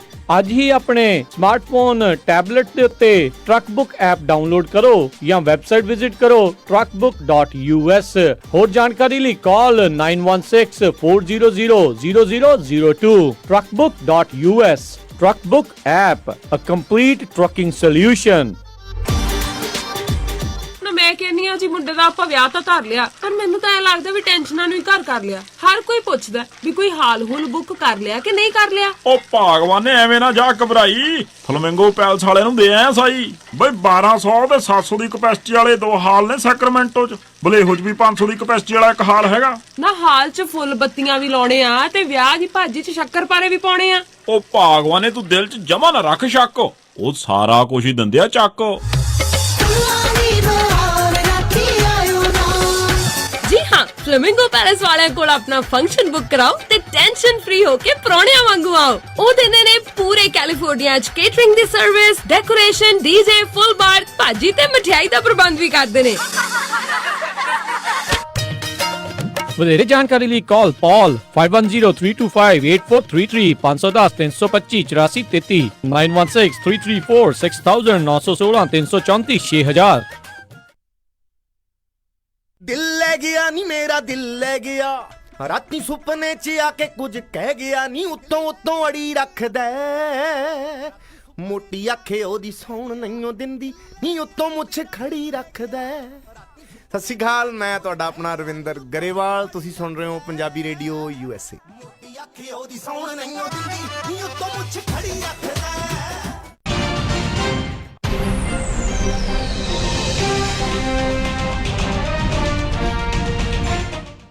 ਪੰਜਾਬੀ ਰੇਡੀਓ USA ਸੁਣ ਰਹੇ ਸਾਰੇ ਸਰੋਤਿਆਂ ਨੂੰ ਇੱਕ ਵਾਰੀ ਫੇਰ ਨਿੱਘੀ ਜੀ ਆਇਆਂ ਨੂੰ ਸਭ ਦਾ ਸਵਾਗਤ ਹੈ। ਸਰੋਤਿਓ ਪ੍ਰੋਗਰਾਮ ਚੱਲ ਰਿਹਾ ਜੀ ਇਸ ਟਾਈਮ ਖਬਰ ਤੇ ਨਜ਼ਰ ਆਪਣੇ ਨਾਲ ਜੁੜੇ ਹੋਏ ਨੇ ਮਿੰਟੂ ਗੁਰਸਰੀਆ ਜੀ। ਮਿੰਟੂ ਜੀ, ਜੀ ਆਇਆਂ ਨੂੰ ਸਵਾਗਤ ਹੈ, ਸਤਿ ਸ਼੍ਰੀ ਅਕਾਲ ਇੱਕ ਵਾਰੀ ਫੇਰ ਜੀ। ਸ਼ੁਕਰੀਆ ਜੀ, ਸਤਿ ਸ੍ਰੀ ਅਕਾਲ ਜੀ। ਤੇ ਸਰੋਤਿਓ ਜੇ ਤੁਹਾਡਾ ਵੀ ਕੋਈ ਸਵਾਲ ਹੈਗਾ ਆ ਤੁਸੀਂ ਪੁੱਛ ਸਕਦੇ ਹੋ ਮਿੰਟੂ ਜੀ ਨੂੰ, ਕਾਲ ਜਿਹੜਾ ਜੀ ਕਰ ਸਕਦੇ ਹੋ। ਸਟੂਡੀਓ ਦੇ ਵਿੱਚ ਨੰਬਰ ਹੈਗਾ 408 272 5200 ਦੇ ਉੱਤੇ 4082725200 ਦੇ ਉੱਤੇ। ਜੇ ਕੋਈ ਫੇਸਬੁੱਕ ਦੇ ਉੱਤੇ ਵੀ ਦੇਖ ਰਿਹਾ, ਜੇ ਉੱਥੇ ਵੀ ਕੋਈ ਸਵਾਲ ਪੁੱਛਣਾ ਚਾਹੁੰਦਾ ਹੋ ਤੁਸੀਂ ਉੱਥੇ ਵੀ ਆਪਣਾ ਸਵਾਲ ਜਿਹੜਾ ਆ ਆਨਲਾਈਨ ਉੱਥੇ ਪੁੱਛ ਸਕਦੇ ਹੋ। ਫੇਸਬੁੱਕ 'ਤੇ ਚੱਲ ਰਹੀ ਜਿਹੜੀ ਲਾਈਵ ਵੀਡੀਓ ਆ ਉਸ ਦੇ ਹੇਠਾਂ ਕਮੈਂਟ ਕਰਕੇ। ਅਤੇ ਆਪਣੇ ਜਿਹੜੇ ਅੱਜ ਦੇ ਪਹਿਲੇ ਕਾਲਰ ਉਹਨਾਂ ਨਾਲ ਗੱਲ ਕਰਦੇ ਆਪਣੇ ਨਾਲ ਜੁੜੇ ਹੋਏ ਨੇ ਜਸਬੀਰ ਸਿੰਘ ਜੀ LA ਤੋਂ। ਸਤਿ ਸ਼੍ਰੀ ਅਕਾਲ ਜੀ, ਸਵਾਗਤ ਹੈ। ਹਾਂਜੀ, ਸਤਿ ਸ਼੍ਰੀ ਅਕਾਲ ਜੀ ਮਿੰਟੂ ਜੀ, ਦਰਾਜ ਜੀ। ਸਤਿ ਸ਼੍ਰੀ ਅਕਾਲ ਜੀ। ਸਤਿ ਸ਼੍ਰੀ ਅਕਾਲ ਜੀ। ਮੈਂ ਕਿਹਾ ਤੁਸੀਂ ਦੱਸਿਆ ਕਿ ਕਲਾਕਾਰ ਸ਼ਾਮਿਲ ਹੋ ਰਹੇ ਨੇ ਭਾਰਤੀ ਜਨਤਾ ਪਾਰਟੀ 'ਚ, ਉਹਦੇ 'ਚ ਇੱਕੋ ਹੀ ਬੜਾ ਵੱਡਾ ਕਲਾਕਾਰ ਹੈਗਾ, ਹੋਰ ਕਲਾਕਾਰਾਂ ਦੀ ਲੋੜ ਹੀ ਹੈ ਨਹੀਂ ਉੱਥੇ ਕਿਸੇ ਦੀ। ਜੀ। ਤੇ ਬਾਕੀ ਜੋ ਵੱਡੇ ਕਲਾਕਾਰ ਬਾਰੇ ਥੋੜ੍ਹਾ ਜਿਹਾ ਜਾਣਨਾ ਪਾਓ ਕਿ 5 ਸਾਲਾਂ ਦੇ ਵਿੱਚ ਜਿਹੜੇ ਲੋਕ ਭਲਾਈ ਦੇ ਮੁੱਦੇ ਲਿਆਂਦੇ ਸੀ ਉਹ ਕਿੰਨੇ ਕਾਮਯਾਬ ਕੀਤੇ ਹੈ ਤੇ ਕਿੰਨੇ ਫੇਲ ਹੋਏ ਹੈ। ਤੇ ਦੂਸਰਾ, ਇਹ ਕਲਾਕਾਰ ਇੱਕ ਹੋਰ ਬੜੀ ਕਲਾਕਾਰੀ ਦਿਖਾ ਰਿਹਾ। ਮੈਂ ਤੇ ਇੱਕ ਵੀਡੀਓ ਦੇਖ ਰਿਹਾ ਸੀਗਾ, ਕਹਿੰਦਾ ਮੈਂ ਦਲਿਤ ਹਾਂ, ਹੁਣੇ ਦਲਿਤ ਪੱਤਾ ਖੇਲ ਰਿਹਾ ਹੈਗਾ। ਇਹਦੇ ਬਾਰੇ ਦੱਸੋ ਕਿ ਵਾਕਈ ਦਲਿਤ ਹੈ। ਤੇ ਇੱਕ ਛੋਟਾ ਜਿਹਾ ਸਵਾਲ ਹੋ ਰਿਹਾ ਵੀ ਸਿੱਟ ਕੰਮ ਕਰ ਰਹੀ ਹੈ ਜਾਂ ਨਹੀਂ ਕਰ ਰਹੀ, ਔਰ ਕਦੋਂ ਤੱਕ ਖੁਸ਼ਖਬਰੀ ਮਿਲੇਗੀ ਕਿ ਬਾਦਲਾਂ ਬਾਰੇ ਕੁਝ ਸੰਗਤਾਂ ਨੂੰ ਸੁਣਨ ਨੂੰ ਮਿਲੇ ਚੰਗਾ। ਤੁਸੀਂ ਕਿਹੜੇ ਕਲਾਕਾਰ ਦੀ ਗੱਲ ਕਰ ਰਹੇ ਹੋ ਜਿਹੜਾ ਦਲਿਤ ਵਾਲੀ? ਨਰਿੰਦਰ ਮੋਦੀ। ਨਰਿੰਦਰ ਮੋਦੀ, ਠੀਕ ਹੈ ਜੀ। ਕਲਾਕਾਰ ਹੀ ਇਹਨੇ ਨਾ ਭੁਲੇਖਾ ਬਹੁਤ ਪੈਂਦਾ ਵੀ ਤੁਸੀਂ ਕਿਸ ਤਰ੍ਹਾਂ ਕਰ ਰਹੇ ਹੋ ਜੀ। ਧੰਨਵਾਦ ਜੀ। ਜੀ ਨਹੀਂ, ਇੱਥੇ ਭੁਲੇਖਾ ਵਾਕਈ ਬੜਾ ਪੈਣ ਡਿਆ। ਜਿਹੜੇ ਕਲਾਕਾਰ ਆ ਉਹ ਪੱਤਰਕਾਰ ਵੀ ਬਣ ਜਾਂਦੇ, ਜਿਹੜੇ ਪੱਤਰਕਾਰ ਆ ਉਹ ਦਲਾਲ ਬਣੇ ਫਿਰਦੇ ਆ, ਤੇ ਜਿਹੜੇ ਨੇਤਾ ਉਹ ਅਭਿਨੇਤਾ ਬਣੇ ਫਿਰਦੇ ਆ। ਉਹ ਸਾਰਾ ਭੰਬਲ ਪੁਲਸਾ ਹੀ ਆ। ਬਾਕੀ ਦੇਖੋ, ਜਿੱਥੋਂ ਤੱਕ ਤੁਸੀਂ ਗੱਲ ਕਿਹਾ ਹੀ ਆ ਨਾ ਕਿ ਲੋਕ ਪੱਖੀ ਨੀਤੀਆਂ ਦੀ, ਲੋਕ ਪੱਖੀ ਨੀਤੀਆਂ ਜਿਹੜੀਆਂ ਉਹ ਇੱਥੇ ਕਾਗਜ਼ਾਂ 'ਚ ਕੰਮ ਕਰਦੀਆਂ। ਜੇ ਲੋਕ ਪੱਖੀ ਨੀਤੀਆਂ ਦੇ ਬਿਲਕੁਲ ਕਲਾਵੇ 'ਚ ਆ ਜਾਣ ਤੇ ਸਾਡੇ 20-25 ਕਰੋੜ ਲੋਕ ਭੁੱਖਮਰੀ ਦਾ ਸ਼ਿਕਾਰ ਕਾਤੋਂ ਰਹਿਣ। ਜਦ ਤੱਕ ਇਹ ਅੰਕੜਾ ਕਿ ਦੁਨੀਆ ਦੇ ਸਭ ਤੋਂ ਜ਼ਿਆਦਾ ਭੁੱਖਮਰੀ ਦੇ ਸ਼ਿਕਾਰ ਭਾਰਤ ਦੇ ਵਿੱਚ ਆ, ਕੁਪੋਸ਼ਣ ਦੇ ਬੱਚੇ ਆ ਜਿਹੜੇ ਉਹ ਸੰਸਾਰ ਦੇ ਵਿੱਚ ਦੂਜੇ ਤੀਜੇ ਨੰਬਰ ਦੀ ਗਿਣਤੀ ਰੱਖਦੇ ਆ। ਜਦੋਂ ਬੇਰੁਜ਼ਗਾਰੀ ਜਿਹੜੀ ਆ ਉਹ ਬੇਇੰਤਹਾ ਹੈ, ਮੇਰੇ ਖਿਆਲ ਦੇ ਨਾਲ 40-42 ਸਾਲ ਦਾ ਰਿਕਾਰਡ ਤੋੜੀ ਬੈਠੀ ਆ। ਤੁਸੀਂ ਆਪ ਹੀ ਅੰਦਾਜ਼ਾ ਲਾ ਲਓ, ਮੋਟੇ-ਮੋਟੇ ਅੰਕੜੇ ਮੈਂ ਤੁਹਾਨੂੰ ਦੱਸੇ ਆ। ਜਦੋਂ ਅਰਥ ਵਿਵਸਥਾ ਸਾਡੀ ਡਾਵਾਡੋਲ ਹੋਈ ਪਈ ਆ, ਇਨਫਾਰਮਲ ਸੈਕਟਰ ਦੇ ਵਿੱਚ ਨੌਕਰੀਆਂ ਕਿੰਨੀਆਂ ਗਈਆਂ। ਪਿੱਛੇ ਜੇ ਇੱਕ ਰਿਪੋਰਟ ਆਈ ਸੀ 40 ਲੱਖ ਨੌਕਰੀਆਂ ਕੱਲੀ ਨੋਟਬੰਦੀ 'ਚ ਚਲੇ ਗਈਆਂ। ਸਾਰੀਆਂ ਚੀਜ਼ਾਂ ਨੂੰ ਦੇਖ ਲਓ ਤੁਸੀਂ, ਲੋਕ ਭਲਾਈ ਦੀਆਂ ਸਕੀਮਾਂ ਕਿੰਨੀਆਂ ਕੁ ਨਿਪਰੇ ਚੜ੍ਹਦੀਆਂ। ਹਾਂ, ਮੋਦੀ ਹੋਰਾਂ ਨੇ ਕੰਮ ਕੀਤੇ ਆ ਕੇ, ਐਸੀ ਗੱਲ ਨਹੀਂ ਹੈ ਕਿ ਮੋਦੀ ਨੇ ਕੁਛ ਕੀਤਾ ਨਹੀਂ ਹੈ। ਵੱਖ-ਵੱਖ ਫਰੰਟਾਂ ਤੇ ਕੁਛ ਚੰਗੀਆਂ ਚੀਜ਼ਾਂ ਕੀਤੀਆਂ। ਸੜਕਾਂ ਦੇ ਜਿਹੜੇ ਨਿਰਮਾਣ ਆ ਉਹ ਜਿੰਨੀ ਤੇਜ਼ੀ ਨਾਲ ਇਹਨਾਂ ਨੇ ਕੀਤੇ, ਪਿਛਲੀ ਸਰਕਾਰ 'ਚ ਉਹਨਾਂ ਕੰਮ ਨਹੀਂ ਹੋਇਆ। ਤਾਂ ਜਿੱਥੇ ਕੰਮ ਕੀਤੇ ਚੰਗੇ ਕੀਤੇ ਆ। ਉਜਵਲਾ ਸਕੀਮ ਇਹਨਾਂ ਦੀ ਠੀਕ ਸੀ, ਪਰ ਬਾਅਦ ਦੇ ਵਿੱਚ ਫੇਲ ਹੋ ਗਈ ਕਿਉਂਕਿ ਲੋਕਾਂ ਕੋਲ ਸਿਲੰਡਰ ਭਰਾਉਣ ਜੋਗੇ ਪੈਸੇ ਨਹੀਂ ਨਿਕਲੇ। ਤਾਂ ਇਹ ਚੀਜ਼ ਹੈਗੀ ਆ, ਇਹਨੂੰ ਤੁਸੀਂ ਪੈਮਾਨੇ ਆਪਣੇ ਤੇ ਮਾਪ ਸਕਦੇ ਹੋ ਕਿ ਕਿੰਨਾ ਕੁ ਕੁਛ ਹੋਇਆ। ਪਰ ਲੋਕ ਭਲਾਈ ਨੀਤੀਆਂ ਦੇ ਅਸਲ ਸਿੱਟੇ ਜਿਹੜੇ ਆ ਉਹ ਇਹਨਾਂ ਅੰਕੜਿਆਂ ਤੋਂ ਨਿਕਲਦੇ ਆ। ਜੋ ਮੈਂ ਤੁਹਾਨੂੰ ਦੱਸਿਆ ਕਿ 20-25 ਕਰੋੜ ਸਾਡਾ ਬੰਦਾ ਇੱਥੇ ਆ ਜਿਹੜਾ ਉਹ ਇੱਕ ਟਾਈਮ ਦੀ ਰੋਟੀ ਤੋਂ ਵੀ ਆ ਰਹੀ ਆ। ਤਾਂ ਖੈਰ ਦੂਜੀ ਚੀਜ਼ ਇਹਨਾਂ ਨੇ ਜਿਹੜੀ ਪੁੱਛੀ ਸੀਗੀ ਕਿ ਦਲਿਤ, ਮੋਦੀ ਸਾਹਿਬ ਦਲਿਤ ਕਿਤੇ ਨਹੀਂ ਕਹਿੰਦੇ ਆਪਣੇ ਆਪ, ਉਹ ਪਛੜਿਆ ਸ਼ਬਦ ਇਸਤੇਮਾਲ ਕਰਦੇ ਆ। ਦਲਿਤ ਔਰ ਪਛੜੇ 'ਚ ਫਰਕ ਆ, OBC SC ਇਹਨਾਂ 'ਚ ਫਰਕ ਆ, ਇਹਨਾਂ ਸ਼ਬਦਾਂ ਦੇ ਵਿੱਚ ST 'ਚ OBC 'ਚ ਫਰਕ ਆ। OBC ਇਹ ਆਪਣੇ ਆਪ ਨੂੰ ਕਹਿੰਦੇ, ਔਰ ਇਹਦੇ 'ਚ ਇਹ ਆ ਕਿ ਜਦੋਂ ਮੰਡਲ ਕਮਿਸ਼ਨ ਦੀਆਂ ਸਿਫਾਰਿਸ਼ਾਂ ਆਈਆਂ ਸੀਗੀਆਂ, ਉਹ ਤੁਹਾਨੂੰ ਪਤਾ ਕਰੌਲਾ ਪਿਆ ਸੀ, ਉਦੋਂ ਖੁਦਕੁਸ਼ੀਆਂ ਵੀ ਬਹੁਤ ਹੋਈਆਂ, VP ਸਿੰਘ ਦੀ ਸਰਕਾਰ ਟਿਕ ਗਈ ਸੀ। ਉਸ ਸਮੇਂ ਤੱਕ ਇਹ ਜਿਹੜੀ ਵੀ ਬਰਾਦਰੀ 'ਚ ਜੰਮੇ ਪਲੇ ਆ ਉਹ ਪਛੜੇ ਵਰਗ 'ਚ ਨਹੀਂ ਸੀਗੇ, ਪਰ ਮੇਰੇ ਖਿਆਲ ਦੇ ਨਾਲ 94 ਤੋਂ ਬਾਅਦ ਜਿਹਦੇ ਵਿੱਚ ਜਨਮ ਲੈਂਦੇ ਆ ਜਿਸ ਵਰਗ ਦੇ ਵਿੱਚ, ਉਹ ਵਰਗ ਪਛੜੇ ਵਰਗ 'ਚ ਆ ਗਿਆ। ਪਰ ਰੌਲਾ ਇਹ ਆ ਕਿ ਇਹਨਾਂ ਦਾ ਜਿਹੜਾ ਸਕਾ ਭਰਾ, ਇਹਨਾਂ ਦਾ ਭਰਾਤਾ, ਉਹ ਤੇ ਪਰਸੋਂ ਚੌਥ ਆਖਣ ਡਿਆ ਸੀਗਾ, ਹੁਣ ਮੈਂ ਉਸ ਬਰਾਦਰੀ ਦਾ ਨਿਰਾਦਰ ਨਹੀਂ ਕਰਨਾ ਚਾਹੁੰਦਾ, ਉਹਦਾ ਨਾਂ ਲੈ ਕੇ, ਜਿਹਨੂੰ ਆਪਾਂ ਸਵਰਨ ਜਾਤੀ ਕਹਿੰਦੇ ਆ, ਉਹਦਾ ਨਾਂ ਲੈ ਕੇ ਕਹਿੰਦਾ ਸੀ ਅਸੀਂ ਉਹਨਾਂ ਦੇ ਬਾਪ ਆ। ਤਾਂ ਜਿਹੜਾ ਭਰਾ ਸਕਾ ਭਰਾ ਮੋਦੀ ਦਾ, ਉਹ ਕਹਿੰਦਾ ਕਿ ਅਸੀਂ ਸਵਰਨ ਜਾਤੀਆਂ ਦੇ ਬਾਪ ਆ। ਇਹ ਵੋਟਾਂ ਵਾਸਤੇ ਪਛੜਿਆ ਬਣ ਜਾਂਦਾ, ਇਹ ਰਾਜਨੀਤੀ। ਜੀ ਬਿਲਕੁਲ ਇਹੀ ਤਾਂ ਸਿਆਸਤ ਆ। ਲੋਕ ਕਦੋਂ ਇਹਨਾਂ ਪਰਤਾਂ ਤੋਂ ਜਿਹੜਾ ਇਹਨਾਂ ਨੂੰ ਉਧੇੜ ਕੇ ਜਿਹੜਾ ਉਹ ਦੇਖਣਗੇ, ਇਹ ਗੱਲ ਆ। ਅਗਲੇ ਕਾਲਰ ਆਪਣੇ ਨਾਲ ਜੁੜੇ ਨੇ ਹਰਬੰਸ ਸਿੰਘ ਜੀ। ਸਤਿ ਸ਼੍ਰੀ ਅਕਾਲ, ਸਵਾਗਤ ਹੈ ਜੀ। ਸਤਿ ਸ਼੍ਰੀ ਅਕਾਲ ਜੀ, ਮਿਹਰਬਾਨੀ ਸਾਰਿਆਂ ਨੂੰ। ਉਹ ਮੈਂ ਇਹ ਪੁੱਛਣਾ ਸੀਗਾ ਕਿ ਜਿਹੜਾ ਆਪਣਾ ਹੈਗਾ ਉਹ ਹਿੰਦੁਸਤਾਨ ਦਾ ਜਿਹੜਾ ਕੰਸਟੀਟਿਊਸ਼ਨ, ਉਹ ਤੇ ਸੈਕੂਲਰ ਆ, ਤੇ ਜੇ ਆਪਣਾ ਜਿਹੜਾ ਕਮਿਸ਼ਨ ਆ ਇਲੈਕਸ਼ਨ ਕਮਿਸ਼ਨ, ਇਹ ਹੈਗਾ ਕਿ ਇਹਦੇ 'ਚ ਬੜੀਆਂ ਤਾਕਤਾਂ ਇਹ ਉਹ ਹੈ, ਜੇ ਇਹ ਥੋੜ੍ਹਾ ਜਿਹਾ ਤਕੜਾ ਹੋਵੇ ਤੇ ਇਲੈਕਸ਼ਨ ਕਮਿਸ਼ਨ ਫਿਰ ਰੋਕ ਨਹੀਂ ਸਕਦਾ ਵੀ ਇਹ ਰਾਮ ਮੰਦਰ ਨਾ ਬਣਾਓ ਤੇ ਫਲਾਣੇ ਫਲਾਣਾ ਨਾ ਕਰਕੇ ਹਿੰਦੂਆਂ ਨੂੰ ਹਿੰਦੂ ਨਾ ਕਰੋ ਤੇ ਫਲਾਣਾ ਨਾ ਕਰੋ, ਇਹ ਰੋਕ ਨਹੀਂ ਸਕਦਾ ਜੀ? ਨਹੀਂ ਵੇਖੋ, ਇਲੈਕਸ਼ਨ ਕਮਿਸ਼ਨ ਦੀਆਂ ਤਾਕਤਾਂ ਬੜੀਆਂ ਸੀਮਤ ਨੇ। ਇੱਕ ਚੀਜ਼ ਤੇ ਵੇਖੋ, ਔਰ ਸਭ ਤੋਂ ਵੱਡੀ ਜਿਹੜੀ ਖਾਮੀ ਆ ਇੰਡੀਅਨ ਡੈਮੋਕ੍ਰੇਸੀ ਦੇ ਵਿੱਚ, ਕਿ ਇਲੈਕਸ਼ਨ ਕਮਿਸ਼ਨ ਜਿਹੜਾ ਵਾਚਡੌਗ ਆ, ਜਿੱਦਾਂ ਇੱਕ ਸੁਪਰੀਮ ਕੋਰਟ ਵਾਚਡੌਗ ਆ, ਇੱਕ ਕੈਗ ਵਾਚਡੌਗ ਆ, ਇੱਕ ਇਲੈਕਸ਼ਨ ਕਮਿਸ਼ਨ ਵਾਚਡੌਗ ਆ। ਇਲੈਕਸ਼ਨ ਕਮਿਸ਼ਨ ਆਪਣੇ ਵਾਸਤੇ ਕਾਨੂੰਨ ਨਹੀਂ ਤਿਆਰ ਕਰ ਸਕਦਾ। ਸਭ ਤੋਂ ਵੱਡੀ ਖਾਮੀ ਆ, ਇਲੈਕਸ਼ਨ ਕਮਿਸ਼ਨ ਕੋਈ ਕਾਇਦਾ ਕਾਨੂੰਨ ਆਪਣੇ ਪੱਧਰ ਤੇ ਨਹੀਂ ਬਣਾ ਸਕਦਾ। ਕਾਇਦਾ ਕਾਨੂੰਨ ਬਣਦਾ ਅਸੈਂਬਲੀ ਦੇ ਵਿੱਚ। ਅਸੈਂਬਲੀ ਵਾਲੇ ਕਿਵੇਂ ਚਾਹੁੰਗੇ ਕਿ ਉਹਨਾਂ ਤੇ ਸ਼ਿਕੰਜਾ ਕੱਸਿਆ ਜਾਵੇ, ਸਭ ਤੋਂ ਵੱਡੀ ਗੱਲ ਆ। ਔਰ ਦੂਜੀ ਗੱਲ ਹੈ ਕਿ ਬਹੁਤ ਘੱਟ, ਮੈਂ ਤੁਹਾਨੂੰ ਦੱਸਿਆ ਕਿ ਬਸ ਨਾ ਵੀ ਜਿੱਦਾਂ ਹੁਣ ਉਦਾਹਰਨ ਦੇ ਤੌਰ ਤੇ ਕਾਰਵਾਈ ਕਰਦੇ, ਤੁਸੀਂ ਸ਼ਾਇਦ ਨਹੀਂ ਦੇਖਿਆ ਹੋਊਗਾ, ਮੇਨਕਾ ਗਾਂਧੀ ਤੇ ਪਾਬੰਦੀ ਲੱਗੀ ਆ, ਸਤਪਾਲ ਸੱਤੀ ਤੇ ਲੱਗੀ ਆ, ਆਜ਼ਮ ਖਾਨ ਤੇ ਲੱਗੀ ਆ, ਯੋਗੀ ਆਦਿੱਤਿਆਨਾਥ ਤੇ ਲੱਗੀ ਆ। ਯੋਗੀ ਆਦਿੱਤਿਆਨਾਥ ਤੇ ਮੇਨਕਾ ਗਾਂਧੀ ਤੇ ਸੱਤੀ, ਇਹ ਤਿੰਨੋਂ ਹੀ ਭਾਜਪਾ ਦੇ ਆ। ਸਿੱਧੂ ਤੇ ਪਾਬੰਦੀ ਲੱਗੀ ਆ, ਪਾਬੰਦੀ ਲਾ ਦਿੰਦੇ 48 ਘੰਟੇ 72 ਘੰਟਿਆਂ ਦੀ। ਪਰ ਹੁਣ ਮੁੱਦੇ ਚੁੱਕਣੇ ਆ ਜਿਹੜੇ, ਹਾਲਾਂਕਿ ਚੋਣ ਕਮਿਸ਼ਨ ਨੇ ਸਾਫ਼ ਕਿਹਾ ਕਿ ਤੁਸੀਂ ਮਿਲਟਰੀ ਦੀਆਂ ਗਤੀਵਿਧੀਆਂ ਜਾਂ ਉਹਨਾਂ ਦੀਆਂ ਮਾਰੀਆਂ ਮੱਲਾਂ ਤੇ ਤੁਸੀਂ ਵੋਟ ਨਹੀਂ ਮੰਗ ਸਕਦੇ, ਧਰਮ ਤੇ ਤੁਸੀਂ ਵੋਟ ਨਹੀਂ ਮੰਗ ਸਕਦੇ, ਜਾਤ ਤੇ ਤੁਸੀਂ ਵੋਟ ਨਹੀਂ ਮੰਗ ਸਕਦੇ, ਭਾਸ਼ਾ ਤੇ ਤੁਸੀਂ ਵੋਟ ਨਹੀਂ ਮੰਗ ਸਕਦੇ, ਇਹਨਾਂ ਚੀਜ਼ਾਂ ਤੇ ਤੁਸੀਂ ਵੋਟ ਨਹੀਂ ਮੰਗ ਸਕਦੇ। ਪਰ ਗੱਲ ਤੇ ਇਹੀ ਆਉਂਦੀ ਹੈ ਨਾ, ਪਹਿਲੀ ਗੱਲ ਤੇ ਇਹ ਆ ਕਿ ਕਾਣੀ ਵੰਡਿਆ ਥੋੜਾ ਜਿਹਾ ਇਲੈਕਸ਼ਨ ਕਮਿਸ਼ਨ ਤੇ ਵੀ ਅੱਜ ਕੱਲ੍ਹ ਸ਼ਿਕੰਜਾ ਜਿਹੜਾ ਉਹ ਸਿਆਸੀ ਜ਼ਿਆਦਾ ਕੱਸਿਆ। ਦੂਜੀ ਚੀਜ਼ ਇਹ ਆ ਕਿ ਸ਼ਕਤੀਆਂ ਸੀਮਤ ਨੇ। ਜੇ ਇਹਨਾਂ ਕੋਲ ਅਖਤਿਆਰ ਹੋਵੇ ਕਿ ਖੁਦ ਕਾਇਦਾ ਕਾਨੂੰਨ ਹੈ ਜਿਹੜਾ ਬਣਾ ਸਕਦੇ ਹੋਣ, ਤਾਂ ਫਿਰ ਤੇ ਬਹੁਤ ਸਾਰੀਆਂ ਚੀਜ਼ਾਂ ਠੀਕ ਕੀਤੀਆਂ ਜਾ ਸਕਦੀਆਂ। ਪਰ ਸਮੱਸਿਆ ਇਹੋ ਹੈ, ਇਲੈਕਸ਼ਨ ਕਮਿਸ਼ਨ ਨੂੰ ਜਦੋਂ ਸੁਪਰੀਮ ਕੋਰਟ ਵੀ ਹਦਾਇਤਾਂ ਦਿੰਦਾ, ਤਾਂ ਇਲੈਕਸ਼ਨ ਕਮਿਸ਼ਨ ਇਹ ਕਹਿ ਕੇ ਪੱਲਾ ਝਾੜ ਦਿੰਦਾ ਕਿ ਕਾਨੂੰਨ ਜਿਨ੍ਹਾਂ ਨੇ ਬਣਾਉਣਾ ਉਹਨਾਂ ਨੂੰ ਕਹਿ ਦਿਓ, ਜੇ ਕਾਨੂੰਨ ਬਣਾ ਦੇਣਗੇ ਅਸੀਂ ਉਹਦੇ ਮੁਤਾਬਕ ਚੱਲ ਦੇਵਾਂਗੇ। ਜੀ ਜੀ ਜੀ। ਅਗਲੇ ਜਿਹੜੇ ਕਾਲਰ ਆਪਣੇ ਨਾਲ ਜੁੜੇ ਨੇ ਅਮਰ ਸੰਘਾ ਜੀ। ਸਤਿ ਸ਼੍ਰੀ ਅਕਾਲ ਜੀ, ਸਵਾਗਤ ਹੈ ਜੀ। ਹਾਂਜੀ, ਸਤਿ ਸ਼੍ਰੀ ਅਕਾਲ ਜੀ ਜੰਟੂ ਜੀ। ਸਤਿ ਸ਼੍ਰੀ ਅਕਾਲ ਜੀ। ਹਾਂਜੀ, ਮੈਂ ਨਾ ਮੇਰੇ ਦੋ ਸਵਾਲ ਆ। ਮੈਂ 35 ਸਾਲ ਤੋਂ ਤਾਂ ਮੈਂ ਸੁਣ ਰਿਹਾ ਵੀ ਤੁਹਾਡੀਆਂ ਜਦੋਂ ਵੀ ਇਲੈਕਸ਼ਨ ਆਉਂਦੇ ਆ ਤੁਹਾਡੀਆਂ ਨਾਲੀਆਂ ਬਣਾ ਦਿਆਂਗੇ, ਗਲੀਆਂ ਬਣਾ ਦਿਆਂਗੇ, ਪੱਕੀਆਂ ਕਰ ਦਿਆਂਗੇ। 70 ਸਾਲ ਦੇਸ਼ ਹੋ ਗਏ, ਹਜੇ ਨਾਲੀਆਂ ਗਲੀਆਂ ਹਜੇ ਆਪਣੀਆਂ ਹੋਈਆਂ ਨਹੀਂ। ਹੁਣ ਇਹ ਸੀਵਰੇਜ ਤੇ ਆ ਗਏ, ਅਸੀਂ ਸੀਵਰੇਜ ਪਾ ਦਿਆਂਗੇ ਤੇ ਸਟਰੀਟ ਲਾਈਟਾਂ ਲਾ ਦਿਆਂਗੇ। ਜਿਹੜੀ 70 ਸਾਲਾਂ 'ਚ ਇਹ ਨਹੀਂ ਬਣਿਆ। ਅੱਛਾ, ਇਹ ਦੱਸੋ ਵੀ ਇਹ ਲੋਕਾਂ ਨੂੰ ਜਾਗਰਤੀ ਕਦੋਂ ਆਊਗੀ? ਤੁਹਾਨੂੰ ਸੀਵਰੇਜ ਤੇ ਨਾਲੀਆਂ ਜੀ ਧੋਰੀ ਫਿਰਦੇ ਆ। ਨੰਬਰ 2, ਇੱਕ MP ਸਾਧੂ ਸਿੰਘ ਨੂੰ ਮੈਂ ਮਿਲਿਆ ਸੀ ਪਿਛਲੇ ਸਾਲ, ਮੈਂ ਉਹਨੂੰ ਰਿਕੁਐਸਟ ਕੀਤੀ ਸੀ ਵੀ ਕਿੰਨੀ ਕਣਕ ਸੜ ਜਾਂਦੀ ਹੈ, ਤੁਸੀਂ ਤੁਹਾਡੇ MP ਕੋਟ 'ਚ ਇਦਾਂ ਦੇ ਹੈ ਨਹੀਂ ਅਵੇਲੇਬਲ ਵੀ ਤੁਸੀਂ 5-10 ਗੱਡੀਆਂ ਆਪਦੇ ਹਲਕੇ ਦੇ ਵਿੱਚ ਤੁਸੀਂ ਫਾਇਰ ਬ੍ਰਿਗੇਡ ਦੀਆਂ ਦੇ ਦਿਓ। ਕਮ ਸੇ ਕਮ ਕਿਸਾਨਾਂ ਦਾ ਨੁਕਸਾਨ ਇੰਨਾ ਹੋਇਆ ਵੀ ਕਿੰਨਾ ਹੋਇਆ ਵੀ ਦਿਓ। ਇਹਨਾਂ ਦਾ ਅਖਤਿਆਰੀ ਪੰਡ 'ਚ ਹੁੰਦਾ ਨਹੀਂ, ਇਹ ਟੈਂਕੀਆਂ ਜਿਹੜੀਆਂ ਪਾਣੀ ਵਾਲੀਆਂ 2-2000 ਲੀਟਰ ਦੀਆਂ ਉਹ ਦੇ ਕੇ ਲੋਕਾਂ ਨੂੰ ਵਰਾਈ ਜਾਂਦੇ ਆ। ਇਹ ਕੀ ਕਿੱਧਰ ਨੂੰ ਜਾ ਰਿਹਾ ਸਿਸਟਮ? ਇਹ ਲੋਕ ਇਹ ਕਰ ਨਹੀਂ ਸਕਦੇ ਹੁੰਦੇ? ਐਮਪੀਆਂ ਦਾ ਇੰਨਾ ਕੋਟਾ ਨਹੀਂ ਹੁੰਦਾ ਵੀ ਅਸੀਂ 2-4 ਗੱਡੀਆਂ 5 ਆਪਦੇ ਹਲਕੇ 'ਚ ਫਾਇਰ ਬ੍ਰਿਗੇਡ ਦੀਆਂ ਦੇ ਦਈਏ, ਕਿਉਂਕਿ ਸ਼ਹਿਰ ਦੂਰ ਪੈਂਦੇ ਆ। ਜੀ ਕਿੰਨੀ ਕਣਕ ਦਾ ਨੁਕਸਾਨ ਹੋਇਆ ਮੇਰੇ ਮੋਗਾ ਏਰੀਏ ਦੇ ਵਿੱਚ ਹੀ ਹੋਇਆ ਬਹੁਤ ਜ਼ਿਆਦਾ ਜੀ, ਤੇ ਇਹ ਪਲੀਜ਼ ਦੱਸਿਓ ਜੀ ਤੁਸੀਂ। ਧੰਨਵਾਦ ਜੀ। ਨਹੀਂ ਦੇਖੋ, ਐਮਪੀ ਨੂੰ ਜਿਹੜਾ ਫੰਡ ਮਿਲਦਾ ਉਹ ਸੀਮਤ ਫੰਡ ਹੁੰਦਾ। ਵੈਸੇ ਉਹ ਕਰੋੜ ਦੇ ਵਿੱਚ ਹੁੰਦਾ, ਕਰੋੜਾਂ ਦੇ ਵਿੱਚ ਹੁੰਦਾ। ਪਤਾ ਨਹੀਂ ਹੁਣ ਕਿੰਨਾ ਕਰੋੜ, ਮੇਰੇ ਖਿਆਲ ਦੇ ਨਾਲ 5 ਕਰੋੜ ਆ ਸਾਲ ਦਾ ਜਾਂ 3 ਕਰੋੜ, ਮੈਨੂੰ ਪੱਕਾ ਨਹੀਂ ਪਤਾ। ਕੁਝ ਕਰੋੜ ਹੁੰਦਾ ਤੇ ਉਹ ਕਿਸੇ ਵੀ ਵਰਤੋਂ ਵਾਸਤੇ ਉਹ ਕਰ ਸਕਦੇ ਆ। ਇੱਥੋਂ ਤੱਕ ਕਿ ਹਲਕੇ ਤੋਂ ਬਾਹਰ ਵੀ ਦੇ ਸਕਦੇ ਜੇ ਚਾਹੁਣ ਤਾਂ, ਹਲਕੇ ਤੋਂ ਬਾਹਰ ਵੀ ਉਹ ਫੰਡਿੰਗ ਕਰ ਸਕਦੇ ਆ, ਐਲੋਕੇਟ ਕਰ ਸਕਦੇ ਆ। ਇਹ ਇਹਨਾਂ ਦੇ ਕੋਲ ਅਖਤਿਆਰ ਹੁੰਦੇ ਆ, ਕਰ ਸਕਦੇ। ਕਰਨ ਦੇ ਵਿੱਚ ਕੋਈ ਮੇਰੇ ਖਿਆਲ ਦੇ ਨਾਲ ਕੋਈ ਦਿੱਕਤ ਨਹੀਂ, ਕੋਈ ਪ੍ਰੋਬਲਮ ਨਹੀਂ। ਰੌਲਾ ਇਹ ਆ ਕਿ ਦੇਖੋ, ਸਭ ਤੋਂ ਪਹਿਲੀ ਜਿਹੜੀ ਪ੍ਰਾਇਮਰੀ ਜੇ ਆਪਾਂ ਜ਼ਿੰਮੇਵਾਰੀ ਕਹੀਏ ਤਾਂ ਉਹ ਹੈਗੀ ਆ ਲੋਕਲ ਸਰਕਾਰ ਦੀ।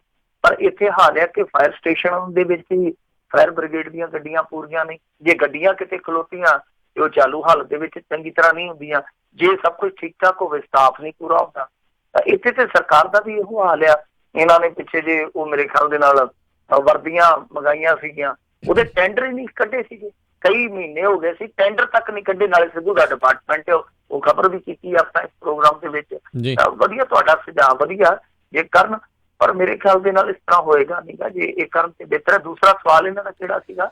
ਵੀ ਨਾਲੀਆਂ ਦੇ ਵਿੱਚ, ਗਲੀਆਂ ਦੇ ਵਿੱਚ ਤੇ ਸੀਵਰੇਜ ਤੇ ਸਟਰੀਟ ਲਾਈਟਾਂ 'ਚ ਬੰਦੇ ਇਹ ਤੇ ਖੁਦ ਬਾਦਲ ਸਾਹਿਬ ਜਦੋਂ ਸੰਗਤ ਦਰਸ਼ਨ ਕਰਦੇ ਹੁੰਦੇ ਸੀ ਨਾ ਲੰਬੀ 'ਚ, ਮੈਂ ਬੜੇ ਸੰਗਤ ਦਰਸ਼ਨ ਕਵਰ ਕੀਤੇ ਉਹਨਾਂ ਦੇ, ਉਦੋਂ ਸਟਿੰਗਰ ਹੁੰਦਾ ਸੀ ਉਹਨਾਂ ਦਾ ਪ੍ਰਿੰਟ ਮੀਡੀਆ 'ਚ, ਤੇ ਉਹ ਬਹੁਤ ਵਾਰੀ ਲੋਕਾਂ ਨੂੰ ਇਹੋ ਗੱਲ ਕਹਿੰਦੇ ਹੁੰਦੇ ਸੀ ਕਿ ਤੁਸੀਂ ਯਾਰ 70 ਸਾਲਾਂ 'ਚ ਗਲੀਆਂ ਨਾਲੀਆਂ ਨਹੀਂ ਬਣਵਾ ਸਕੇ, ਔਰ ਕਿ ਜਦੋਂ ਆਉਣੇ ਆ ਤੇ ਗਲੀਆਂ ਲਈ ਪੈਸੇ ਦੇ ਦਿਓ, ਨਾਲੀਆਂ ਲਈ ਪੈਸੇ ਦੇ ਦਿਓ, ਚੱਜ ਨਾਲ ਬਣਵਾ ਲਓ। ਤਾਂ ਸਾਡੇ ਤਾਂ ਫਿਰ ਇੱਥੇ ਨਾ ਲੰਬੀ ਦੇ ਵਿੱਚ ਇਹਨਾਂ ਨੇ ਕੋਡ ਹੀ ਕੱਢਤਾ ਸੀਗਾ, ਇੰਟਰਲੌਕ ਟਾਈਲਾਂ ਹੀ ਲਵਾ ਦਿੱਤੀਆਂ। ਇੰਟਰਲੌਕ ਜਿੱਦਾਂ ਹੁੰਦੇ ਨਾ ਸੀਮੈਂਟਡ ਹੀ ਬਣਾਤੀਆਂ ਨੇ ਲੰਬੀ, ਉਹ ਜਾਂਦੀਆਂ ਹੀ ਨਹੀਂ ਆ। ਕਹਿੰਦੇ ਲਓ ਵੀ ਤੁਹਾਡਾ ਪੱਕਾ ਪੈਂਚਰ ਹੀ ਲਾਤਾ। ਨਹੀਂ ਤੇ ਸਾਡੇ ਜਿਹੜਾ ਵੀ ਆਉਂਦਾ ਸੀ ਸਰਪੰਚ ਕਹਿੰਦਾ ਜੀ ਗਲੀਆਂ ਨਾਲੀਆਂ ਟੁੱਟੀਆਂ ਦਿਓ ਜੀ, ਉਹ ਦੇਖ ਕੇ ਜਾਂਦੇ। ਅਗਲੇ ਵਾਰੀ ਫੇਰ ਆ ਗਏ ਮਹੀਨੇ ਬਾਅਦ, ਕਹਿੰਦੇ ਜੀ ਮੁਰੰਮਤ ਵਾਸਤੇ ਦੇ ਦਿਓ। ਤਾਂ ਉਹਨਾਂ ਨੇ ਪੱਕਾ ਟੈਂਠਾ ਨਿਬੇੜਤਾ ਸੀਗਾ। ਇਸ ਤਰ੍ਹਾਂ ਬਹੁਤ ਕੁਛ ਹੋ ਸਕਦਾ। ਜਿੱਦਾਂ ਲੰਬੀ 'ਚ ਬਣੀਆਂ ਸਾਰੀਆਂ ਸੀਮੈਂਟਡ ਗਲੀਆਂ ਜਿਹੜੀਆਂ, ਉਹ ਸਾਰੇ ਪੰਜਾਬ 'ਚ ਵੀ ਬਣ ਸਕਦੇ, ਕੋਈ ਵੱਡੀ ਗੱਲ ਨਹੀਂ। ਪਰ ਤੁਸੀਂ ਹੈਰਾਨ ਹੋਵੋਗੇ, ਤੁਸੀਂ ਸੀਵਰ ਨੂੰ ਕਹਿੰਦੇ ਹੋ। ਮੈਂ ਇੱਥੇ ਪੰਜਾਬ ਦੇ ਕੁਛ ਪਿੰਡ ਤੁਹਾਨੂੰ ਗਿਣਾ ਦੇਣਾ, ਕਿਉਂਕਿ ਮੇਰਾ ਪਿੰਡ ਹੈ ਜਿਹੜਾ ਰਾਜਸਥਾਨ ਦੀ ਬਾਰਡਰ ਪੱਟੀ ਤੇ ਹੀ ਆ। ਇੱਕ ਪਾਸੇ ਹਰਿਆਣਾ, ਦੂਸਰੇ ਪਾਸੇ ਰਾਜਸਥਾਨ ਆ। ਸਾਡੇ ਤੋਂ ਪਿਛਲੇ ਪਿੰਡ ਆ ਜਿਹੜੇ 15 ਕਿਲੋਮੀਟਰ ਦੀ ਗੱਲ ਕਰਦਾ, ਮੇਰੇ ਪਿੰਡ ਤੋਂ 20 ਕਿਲੋਮੀਟਰ ਹਟਵਾ ਹੋਊਗਾ ਏਰੀਆ। ਮੈਂ ਉੱਥੇ ਗਿਆ ਪਿਛਲੇ ਦਿਨ, ਅਸੀਂ ਆਪਣੀ ਫਿਲਮ ਦੀ ਸ਼ੂਟਿੰਗ ਵਾਸਤੇ ਲੋਕੇਸ਼ਨ ਵੇਖਣ ਗਏ ਸੀਗੇ। ਕੱਚੇ ਘਰ ਚਾਹੀਦੇ ਸੀ ਤੇ ਅੱਧਾ ਪਿੰਡ ਕੱਚਾ।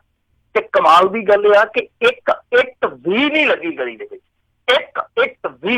ਜਿਹੜੀ ਇੱਕ ਇੱਟ ਹੁੰਦੀ ਆ, ਫਾਜ਼ਿਲਕਾ ਜ਼ਿਲ੍ਹੇ ਦਾ ਪਿੰਡ ਆ, ਅਬੋਹਰ ਤਹਿਸੀਲ ਦਾ ਪਿੰਡ ਆ, ਇੱਕ ਇੱਟ ਵੀ ਨਹੀਂ ਲੱਗੀ। ਤੁਸੀਂ ਹੋਰ ਕੀ ਕਹੋ ਜੀ। ਅਗਲੇ ਜਿਹੜੇ ਕਾਲਰ ਆਪਣੇ ਨਾਲ ਜੁੜੇ ਨੇ, ਤਜਿੰਦਰ। ਸਤਿ ਸ਼੍ਰੀ ਅਕਾਲ ਜੀ, ਸਵਾਗਤ ਹੈ। ਹਾਂਜੀ, ਸਤਿ ਸ਼੍ਰੀ ਅਕਾਲ ਜੀ। ਸਤਿ ਸ਼੍ਰੀ ਅਕਾਲ ਮਿੰਟੂ ਜੀ। ਮੈਂ ਬੜੇ ਚਿਰ ਦਾ ਤੁਹਾਡਾ ਸਰੋਤਾ ਹਾਂ, ਪਰ ਫਸਟ ਟਾਈਮ ਕਾਲਰ ਜੀ। ਆਪਾਂ ਜਿਸ ਤਰ੍ਹਾਂ ਅੱਜ ਕੱਲ੍ਹ ਦਾ ਪੋਲੀਟੀਕਲ ਇਸ਼ੂ ਆ, ਮੈਂ ਸਮਝਦਾ ਸਭ ਤੋਂ ਇੰਪੋਰਟੈਂਟ ਇਸ਼ੂ ਇਸ ਟਾਈਮ ਤੇ ਹੈਗਾ ਵੀ ਆਪਾਂ ਕਹਿੰਦੇ ਆ ਬਾਦਲਾਂ ਨੂੰ ਜਿਹੜਾ ਸਿਆਸਤ ਚੋਂ ਬਾਹਰ ਕਰਨਾ ਚਾਹੀਦਾ। ਤੇ ਇਹ ਸਾਡੇ ਕੋਲ ਇੱਕ ਬੜੀ ਵਧੀਆ ਅਪੋਰਚੁਨਿਟੀ ਆਈ ਆ ਕਿ ਦੋਵੇਂ ਬਾਦਲ 2 ਸੀਟਾਂ ਤੋਂ ਲੜ ਰਹੇ ਆ। ਤੇ ਸਾਨੂੰ 2 ਫਰੰਟ ਜਿਹੜੇ ਆ, ਇੱਕ ਪੋਲੀਟੀਕਲ ਫਰੰਟ ਤੇ ਇੱਕ ਸਾਡੇ ਪੰਜਾਬ ਤੇ ਪੰਥਕ ਇਤਿਹਾਸੀ ਫਰੰਟ। ਪੋਲੀਟੀਕਲ ਫਰੰਟ ਨੂੰ ਚਾਹੀਦਾ ਕਿ ਉਹ ਇੱਕ ਬਾਦਲ ਵਿਰੋਧੀ ਫਰੰਟ ਬਣਾ ਕੇ ਇਹਨਾਂ ਨੂੰ ਚੰਗੀ ਤਰ੍ਹਾਂ ਮਿੱਟੀ 'ਚ ਰੋਲਣ। ਦੂਸਰਾ ਇੱਕ ਸਾਡਾ ਜਿਹੜਾ ਪੰਜਾਬ ਤੇ ਪੰਥਕ ਇਤਿਹਾਸੀ ਫਰੰਟ ਆ, ਉਹਨੂੰ ਚਾਹੀਦਾ ਕਿ ਉਹ ਇਹਨਾਂ ਦੋਵਾਂ ਹਲਕਿਆਂ ਦੇ ਵਿੱਚ ਖਾਸ ਕਰਕੇ ਪਿੰਡ ਜਾ ਕੇ ਲੋਕਾਂ ਨੂੰ ਅਪੀਲ ਕਰਨ ਵੀ ਇਹਨਾਂ ਨੂੰ ਵੋਟ ਨਾ ਪਾਈ ਜਾਵੇ। ਮੈਂ ਤੁਹਾਡੇ ਕੋਲ ਪੁੱਛਣਾ ਚਾਹੁੰਦਾ ਕਿ ਕੋਈ ਇਹੋ ਜਿਹੀ ਠਾਕ ਜਿਹੜੀ ਆ, ਇਹ ਇੱਥੇ ਕੋਈ ਹੈਗੀ ਆ ਸਾਡੇ ਪੰਥਕ ਇਤਿਹਾਸੀਆਂ 'ਚ ਜਾਂ ਪੰਜਾਬ ਇਤਿਹਾਸੀਆਂ 'ਚ, ਜਾਂ ਕੋਈ ਪੋਲੀਟੀਕਲ ਪਾਰਟੀਆਂ ਜਿਹੜੀਆਂ ਆਪੋਜ਼ਿਟ ਨੇ, ਕਿ ਨਹੀਂ ਹੈ ਜੀ? ਤੁਹਾਡਾ ਕੀ ਖਿਆਲ ਇਹਦੇ ਬਾਰੇ? ਪੰਥ ਤੇ ਬਹੁਤ ਥਾਵਾਂ ਤੇ ਖਿੰਡਿਆ ਪਿਆ, ਪੰਥ ਤੇ ਵੰਡਿਆ ਹੋਇਆ, ਖਿੰਡਿਆ ਹੋਇਆ। ਪੰਥ ਦੀ ਏਕਤਾ ਹੈ ਨੀ ਗੀ, ਇਹ ਤੁਹਾਨੂੰ ਮੰਨਣਾ ਪਊਗਾ। ਔਰ ਦੂਜੀ ਗੱਲ ਇਹ ਆ ਨਾ, ਇਹ ਗੱਲਾਂ ਕਹਿਣ ਨੂੰ ਠੀਕ ਨੇ। ਜਿਵੇਂ ਮੈਂ ਤੁਹਾਨੂੰ ਲੰਬੀ ਹਲਕੇ ਦਾ ਕਿਹਾ, ਤੁਸੀਂ ਆ ਕੇ ਲੰਬੀ ਹਲਕੇ 'ਚ ਵੇਖ ਹੀ ਲਿਆ। ਔਰ ਤੁਸੀਂ ਉਹ ਤਮਾਸ਼ਾ, ਮੈਂ ਤੁਹਾਡੀ ਨਹੀਂ ਗੱਲ ਕਰਦਾ, ਤੁਸੀਂ ਉਹ ਤਮਾਸ਼ਾ ਵੇਖਿਆ ਹੋਏਗਾ ਕਿ ਇੱਥੇ ਜਰਨੈਲ ਸਿੰਘ ਵੀ ਆ ਗਿਆ, ਕੈਪਟਨ ਅਮਰਿੰਦਰ ਸਿੰਘ ਵੀ ਆ ਗਿਆ, ਪਰ ਉਹਨਾਂ ਦੋਨਾਂ ਦਾ ਹਾਲ ਕੀ ਹੋਇਆ ਸੀਗਾ। ਯਾਨੀ ਜਿਹੜੇ ਇੱਥੋਂ ਦੇ ਲੋਕ ਆ, ਫਿਰੋਜ਼ਪੁਰ ਵੀ ਲਾ ਲਓ, ਫਿਰੋਜ਼ਪੁਰ ਬਠਿੰਡਾ ਲਾ ਲਓ, ਜਿੱਦਾਂ ਕਹਿਣਾ ਸੌਖਾ ਕਿ ਇਹਨਾਂ ਨੂੰ ਹਰਾਇਆ ਜਾਵੇ, ਜਿੱਦਾਂ ਤੁਸੀਂ ਕਹਿੰਦੇ ਹੋ ਰਾਜਨੀਤੀ ਚੋਂ ਬਾਹਰ ਕਰ ਦਿੱਤਾ ਜਾਵੇ। ਮੈਂ ਨਹੀਂ ਕਹਿ ਸਕਦਾ, ਕਿਉਂਕਿ ਲੋਕਤੰਤਰ ਦੇ ਵਿੱਚ ਹਰੇਕ ਬੰਦੇ ਨੂੰ ਵੋਟ ਪਾਉਣ ਦਾ ਵੀ ਅਧਿਕਾਰ ਹੈ, ਹਰੇਕ ਬੰਦੇ ਨੂੰ ਵੋਟ ਮੰਗਣ ਦਾ ਵੀ ਅਧਿਕਾਰ ਹੈ। ਚੋਣ ਲੜਨ ਦਾ ਵੇਖਾ ਰਿਹਾ। ਪਰ ਜਿੱਦਾਂ ਤੁਸੀਂ ਕਹਿੰਦੇ ਹੋ ਕਿ ਸਾਰੇ ਫਰੰਟ ਰਲ ਕੇ ਬਾਦਲਾਂ ਨੂੰ ਰਾਜਨੀਤੀ ਚੋਂ ਬਾਹਰ ਕਰ ਦੇਣ, ਪਰ ਉਹ ਫਰੰਟ ਜੇ ਬਾਹਰੋਂ ਆਉਂਦੇ ਆ ਕੇ ਪ੍ਰਚਾਰ ਕਰਦੇ ਆ, ਠੀਕ ਹੈ, ਜਿੰਨਾ ਮਰਜ਼ੀ ਪ੍ਰਚਾਰ ਕਰਦੇ ਆ, ਪਰ ਅੰਤ ਨੂੰ ਵੋਟ ਤੇ ਵੋਟਰ ਨੇ ਪਾਉਣੀ ਆ ਨਾ। ਅੰਤ ਨੂੰ ਵੋਟ ਕਾਸਟ ਤੇ ਇੱਕ ਵੋਟਰ ਨੇ ਕਰਨੀ ਆ। ਤਾਂ ਜਿਹੜੇ ਉਹਨਾਂ ਦੇ ਹਲਕੇ, ਉਹਨਾਂ ਨੇ 2 ਆਪਣੇ ਲਈ ਹਲਕੇ ਚੁਣੇ ਕਿਹੜੇ ਦੇਖੋ, ਜਿਹਦੇ ਵਿੱਚ ਇੱਕ ਫਿਰੋਜ਼ਪੁਰ ਆ। ਫਿਰੋਜ਼ਪੁਰ ਚ ਜਲਾਲਾਬਾਦ ਚ ਉਹ ਉਸ ਸਮੇਂ ਜਿੱਤਿਆ ਜਦੋਂ ਇਹਨਾਂ ਦੀ ਦੁਰਦਸ਼ਾ ਜਿਹੜੀ ਆ ਉਹ ਇਤਿਹਾਸਕ ਹੋਈ ਆ। ਜਲਾਲਾਬਾਦ ਆ, ਫਿਰੋਜ਼ਪੁਰ ਤੋਂ ਫਿਰ ਇਹਨਾਂ ਦਾ MLA ਜਿੱਤਿਆ, ਮੁਕਤਸਰ ਤੋਂ ਫਿਰ ਇਹਨਾਂ ਦਾ MLA ਜਿੱਤਿਆ, ਮਲੋਟ ਦੇ ਵਿੱਚ ਫਿਰ ਇਹਨਾਂ ਦੀ ਬਹੁਤ ਤਕੜੀ ਪਕੜ ਆ, ਉੱਥੇ ਵੀ ਬਹੁਤ ਤਕੜੀ ਚੋਟ ਹੋਈ ਸੀ ਇਸ ਵਾਰੀ। ਤਾਂ ਤੁਸੀਂ ਆਪ ਹੀ ਅੰਦਾਜ਼ਾ ਲਾ ਲਓ ਕਿ ਫਿਰੋਜ਼ਪੁਰ ਚੁਣਿਆ ਕਾਹਤੋਂ ਅਗਲਿਆਂ ਨੇ। ਬਠਿੰਡੇ ਦਾ ਵੀ ਉਹ ਆ ਰਿਹਾ, ਬਠਿੰਡੇ 'ਚ ਲੱਭੀ ਇਹਨਾਂ ਨੂੰ ਘੱਟੋ ਘੱਟ 20 ਤੋਂ 40 ਹਜ਼ਾਰ ਦੀ ਲੀਡ ਦਿੰਦਾ। ਇਸੇ ਤਰ੍ਹਾਂ ਇੱਕ ਅੱਧਾ ਹਲਕਾ ਹੋਰ ਆ, ਲਾ ਲਓ ਤਲਵੰਡੀ ਆ ਜਾਂ ਕੋਈ ਮੌੜ ਆ, ਜੇ ਇਸ ਤਰ੍ਹਾਂ ਉਹ ਮੋੜਾ ਪਾ ਜਾਂਦਾ ਕੋਈ ਵੀ ਹਲਕਾ ਮਾੜਾ ਜਿਹਾ ਤੇ ਸੀਟ ਇਹਨਾਂ ਨੇ ਕੱਢ ਜਾਣੀ ਹੈ।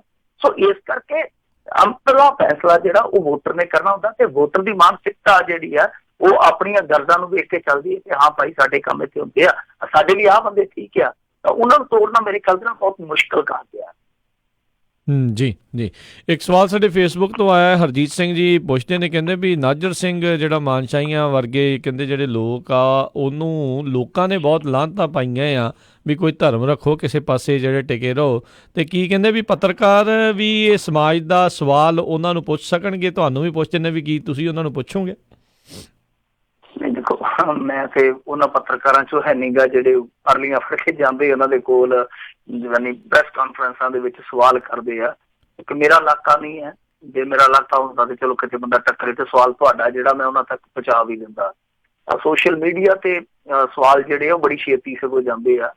ਮੇਰੇ ਖਿਆਲ ਦੇ ਨਾਲ ਇਹ ਜਿਹੜਾ ਅਸਤੀਫਾ ਦਿੱਤਾ, ਮੈਂ ਤੇ ਇਸ ਅਸਤੀਫੇ ਦਾ ਜਿਹੜਾ ਰੰਗ ਢੰਗ ਵੇਖ ਕੇ ਹੈਰਾਨ ਆ ਕਿ ਤੁਸੀਂ, ਮੈਂ ਕੱਲ ਵੀ ਸ਼ਾਇਦ ਗੱਲ ਕੀਤੀ ਸੀ ਕਿ ਤੁਸੀਂ ਪਾਰਟੀ ਛੱਡ ਕੇ ਦੂਸਰੀ ਪਾਰਟੀ ਜੁਆਇਨ ਕਰਕੇ ਅਸਤੀਫਾ ਦੇਣ ਡਏ ਹੋ, ਤਾਂ ਉਹੀ ਅਸਤੀਫਾ 4 ਘੰਟੇ ਪਹਿਲਾਂ ਦੇ ਦਿਓ।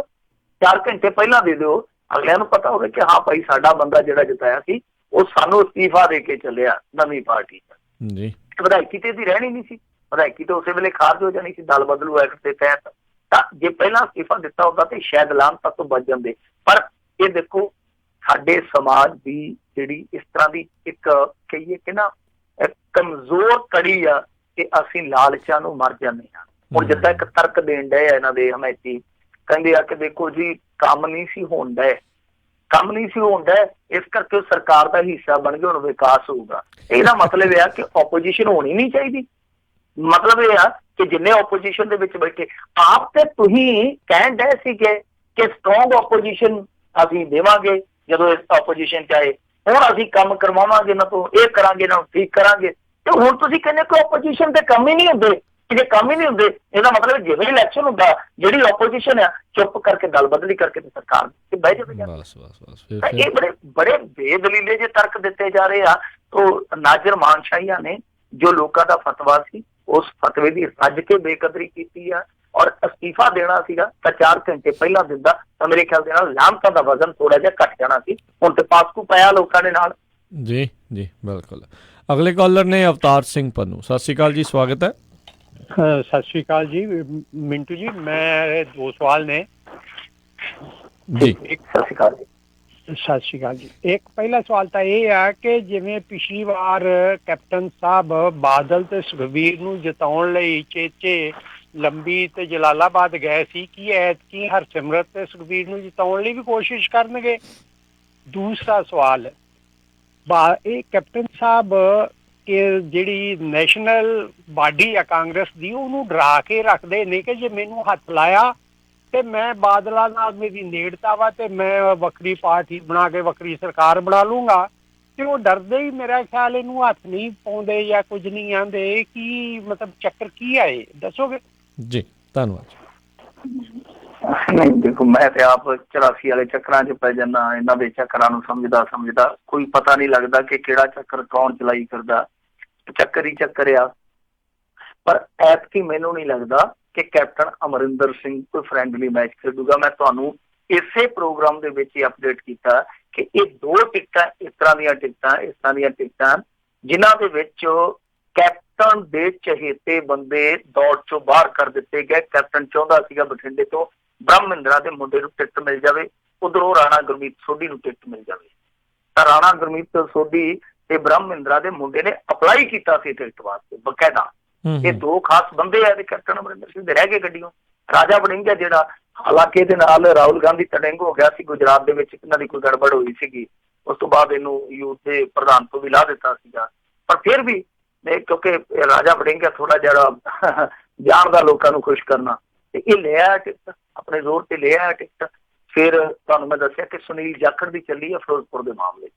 ਤਾਂ ਮੈਨੂੰ ਨਹੀਂ ਲੱਗਦਾ ਕਿ ਕੋਈ ਫਰੈਂਡਲੀ ਮੈਚ ਆ ਇਸ ਤਰ੍ਹਾਂ ਦਾ। ਹਾਂ, ਅੰਦਰ ਖਾਤੇ ਦੇਖੋ, ਅੰਦਰ ਖਾਤੇ ਕੱਲ ਨੂੰ ਕੋਈ ਫਿਰਕੀ ਘੁੰਮ ਜਾਵੇ ਮੈਂ ਕਹਿ ਨਹੀਂ ਸਕਦਾ, ਪਰ ਬਾਹਰੀ ਤੌਰ ਤੇ ਹੁਣ ਜੇ ਆਪਾਂ ਇਹ ਦੇਖਦੇ ਹਾਂ ਕਿ ਸਾਹਮਣੇ ਕੰਟੈਂਡਰ ਕਿਹੜਾ, ਮੁਕਾਬਲੇਬਾਜ਼ ਕੌਣ ਆ, ਤਾਂ ਮੁਕਾਬਲੇਬਾਜ਼ ਕੋਈ ਫਰੈਂਡਲੀ ਨਹੀਂ ਹੈਗਾ। ਰਾਜੇ ਵੜਿੰਗ ਦਾ ਪ੍ਰਚਾਰ ਦੇਖਿਆ ਤੁਸੀਂ? ਰਾਜਾ ਵੜਿੰਗ ਨੇਰੀ ਲਿਆਈ ਬੈਠਾ ਇੱਥੇ, ਨੇਰੀ ਸਾਡੇ ਇਲਾਕੇ 'ਚ, ਕਿਉਂਕਿ ਮੇਰਾ ਪਿੰਡ ਬਠਿੰਡੇ 'ਚ ਪੈਂਦਾ। ਰਾਜੇ ਵੜਿੰਗ ਦਾ ਪ੍ਰਚਾਰ ਹੈ ਜਿਹੜਾ ਉਹ ਇਸ ਸਮੇਂ ਸਿਖਰ ਤੇ ਆ, ਬਹੁਤ ਤਿੱਖਾ ਪ੍ਰਚਾਰ ਆ, ਉਹਦੀ ਵਾਈਫ ਬਹੁਤ ਤਿੱਖਾ ਪ੍ਰਚਾਰ ਕਰਦੀ ਹੈ। ਸੋ ਇਸ ਸਮੇਂ ਤਾਂ ਨਹੀਂ ਲੱਗਦਾ, ਪਰ ਅੰਦਰ ਖਾਤੇ ਚਾਬੀਆਂ ਘੁੰਮ ਜਾਂਦੀਆਂ ਕਈ ਵਾਰੀ। ਤੇ ਜਿਵੇਂ ਤੁਸੀਂ ਕਿਹਾ ਹੀ ਆ, ਇਹਨਾਂ ਦੀ ਨੇੜਤਾ ਤੇ ਹੈ ਹੀ ਆ ਸਿਆਸਤਦਾਨਾਂ ਦੀ। ਇਹ ਗੱਲ ਤੁਹਾਡੀ ਬਿਲਕੁਲ ਸਹੀ ਆ ਕਿ ਕੈਪਟਨ ਅਮਰਿੰਦਰ ਸਿੰਘ ਦੇ ਕੋਲ ਹਾਲ ਦੀ ਘੜੀ ਵੀ ਜੇ ਆਪਾਂ ਦੇਖੀਏ ਤੇ 40-50 ਘੱਟੋ ਘੱਟ MLA ਆ ਜਿਹੜੇ ਉਹਨਾਂ ਦੀ ਹਮਾਇਤ ਹੈਗੀ ਆ, 40-50 ਦੀ।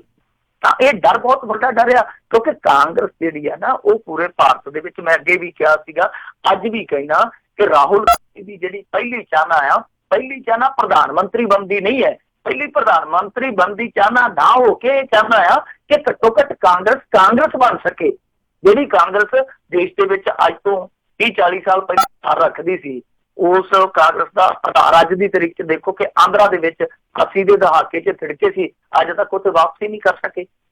ਤਾਂ ਕਹਿਣ ਦਾ ਭਾਵ ਇਹੋ ਆ ਕਿ ਇਸ ਸਮੇਂ ਕਾਂਗਰਸ ਥੋੜਾ ਜਿਹਾ ਡਰ ਕੇ ਜੇ ਚੱਲਦੀ ਆ ਤਾਂ ਉਹਨਾਂ ਦੀ ਮਜਬੂਰੀ ਆ, ਕਿਉਂਕਿ ਕਾਂਗਰਸ ਨੂੰ ਕਾਂਗਰਸ ਬਣਾਉਣ 'ਚ ਲੱਗੇ ਹੋਏ ਆ। ਜੀ ਜੀ। ਅਗਲੀ ਜਿਹੜੇ ਕਾਲਰ ਆਪਣੇ ਨਾਲ ਜੁੜੇ ਨੇ ਇਕਬਾਲ ਸਿੰਘ ਜੀ, ਸਤਿ ਸ਼੍ਰੀ ਅਕਾਲ ਜੀ, ਸਵਾਗਤ ਹੈ। ਸਤਿ ਸ਼੍ਰੀ ਅਕਾਲ ਬਾਈ ਜੀ, ਦੋਨਾਂ ਵੀਰਾਂ ਨੂੰ ਸਤਿ ਸ਼੍ਰੀ ਅਕਾਲ। ਸਤਿ ਸ਼੍ਰੀ ਅਕਾਲ ਜੀ। ਪਹਿਲੀ ਗੱਲ ਤਾਂ ਮੈਂ ਆਪਣਾ, ਮੇਰਾ ਹਲਕਾ ਵੀ ਲੰਬੀ ਆਲਮ ਵਾਲੇ ਤੋਂ ਜੀ, ਤੇ ਮਿੰਟੂ ਬਾਈ ਦੇ ਨੇੜੇ ਹੀ ਆ ਪਿੰਡ, ਸਾਡਾ ਪਿੰਡ ਕਾਫੀ ਵੱਡਾ।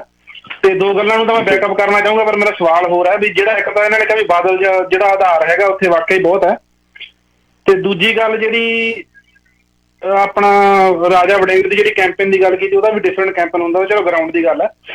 ਪਰ ਦੂਜੀ ਗੱਲ ਜਿਹੜੀ ਮੈਂ ਪੁੱਛਣਾ ਚਾਹੁੰਦਾ ਜੀ, ਜਿਵੇਂ ਹੁਣ ਆਮ ਆਦਮੀ ਪਾਰਟੀ ਪਹਿਲਾਂ ਆਈ ਸੀ ਤੇ ਉਹਨਾਂ ਨੇ ਕਿਹਾ ਸੀ ਵੀ ਇਹ ਸਾਰੇ ਲੋਕਾਂ ਨੂੰ ਲੜਾਉਣ ਦੇ ਆਪਸ ਵਿੱਚ ਦੀ, ਤੇ ਮਤਲਬ ਸਾਰਿਆਂ ਦੇ ਆਪਦੇ ਰਿਸ਼ਤੇ ਸਭ ਕੁਝ ਤਾਂ ਠੀਕ ਹੁੰਦਾ।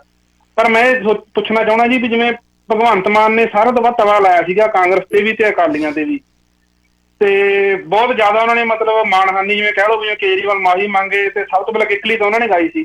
ਤੇ ਮੈਂ ਮਿੰਟੂ ਜੀ ਨੂੰ ਪੁੱਛਣਾ ਚਾਹੁੰਦਾ ਕੋਈ ਸ਼ਾਇਦ ਮੇਰੀ ਨੌਲੇਜ ਨਾ ਹੋਵੇ ਵੀ ਸ਼ਾਇਦ ਕੋਈ ਭਗਵੰਤ ਮਾਨ ਤੇ ਵੀ ਇਸ ਟਾਈਮ ਪਰਚਾ ਹੈਗਾ ਜੀ, ਮਤਲਬ ਜਿਵੇਂ ਕੋਈ ਮਾਣਹਾਨੀ ਦਾ ਜਾਂ ਕੋਈ ਕਿਸੇ ਹਿਸਾਬ ਦਾ ਵੀ ਕਿਸੇ ਨੇ ਕੀਤਾ ਹੋਵੇ ਜੀ, ਤੇ ਸੁਣਨਾ ਨਹੀਂ ਕੱਟਿਓ ਨਾ। ਭਗਵੰਤ ਮਾਨ ਤੇ ਕੋਈ ਮਾਣਹਾਨੀ ਦਾ ਕੇਸ ਹੈ ਨਹੀਂ, ਮੇਰੀ ਨੌਲੇਜ ਹੈ ਨਹੀਂ ਘੱਟੋ ਘੱਟ, ਕਿਉਂਕਿ ਮਾਣਹਾਨੀ ਦਾ ਕੇਸ ਬਣਿਆ ਸੀ ਇੱਕ ਤੇ ਸੰਜੇ ਸਿੰਘ ਤੇ ਇੱਕ ਅਰਵਿੰਦ ਕੇਜਰੀਵਾਲ ਤੇ।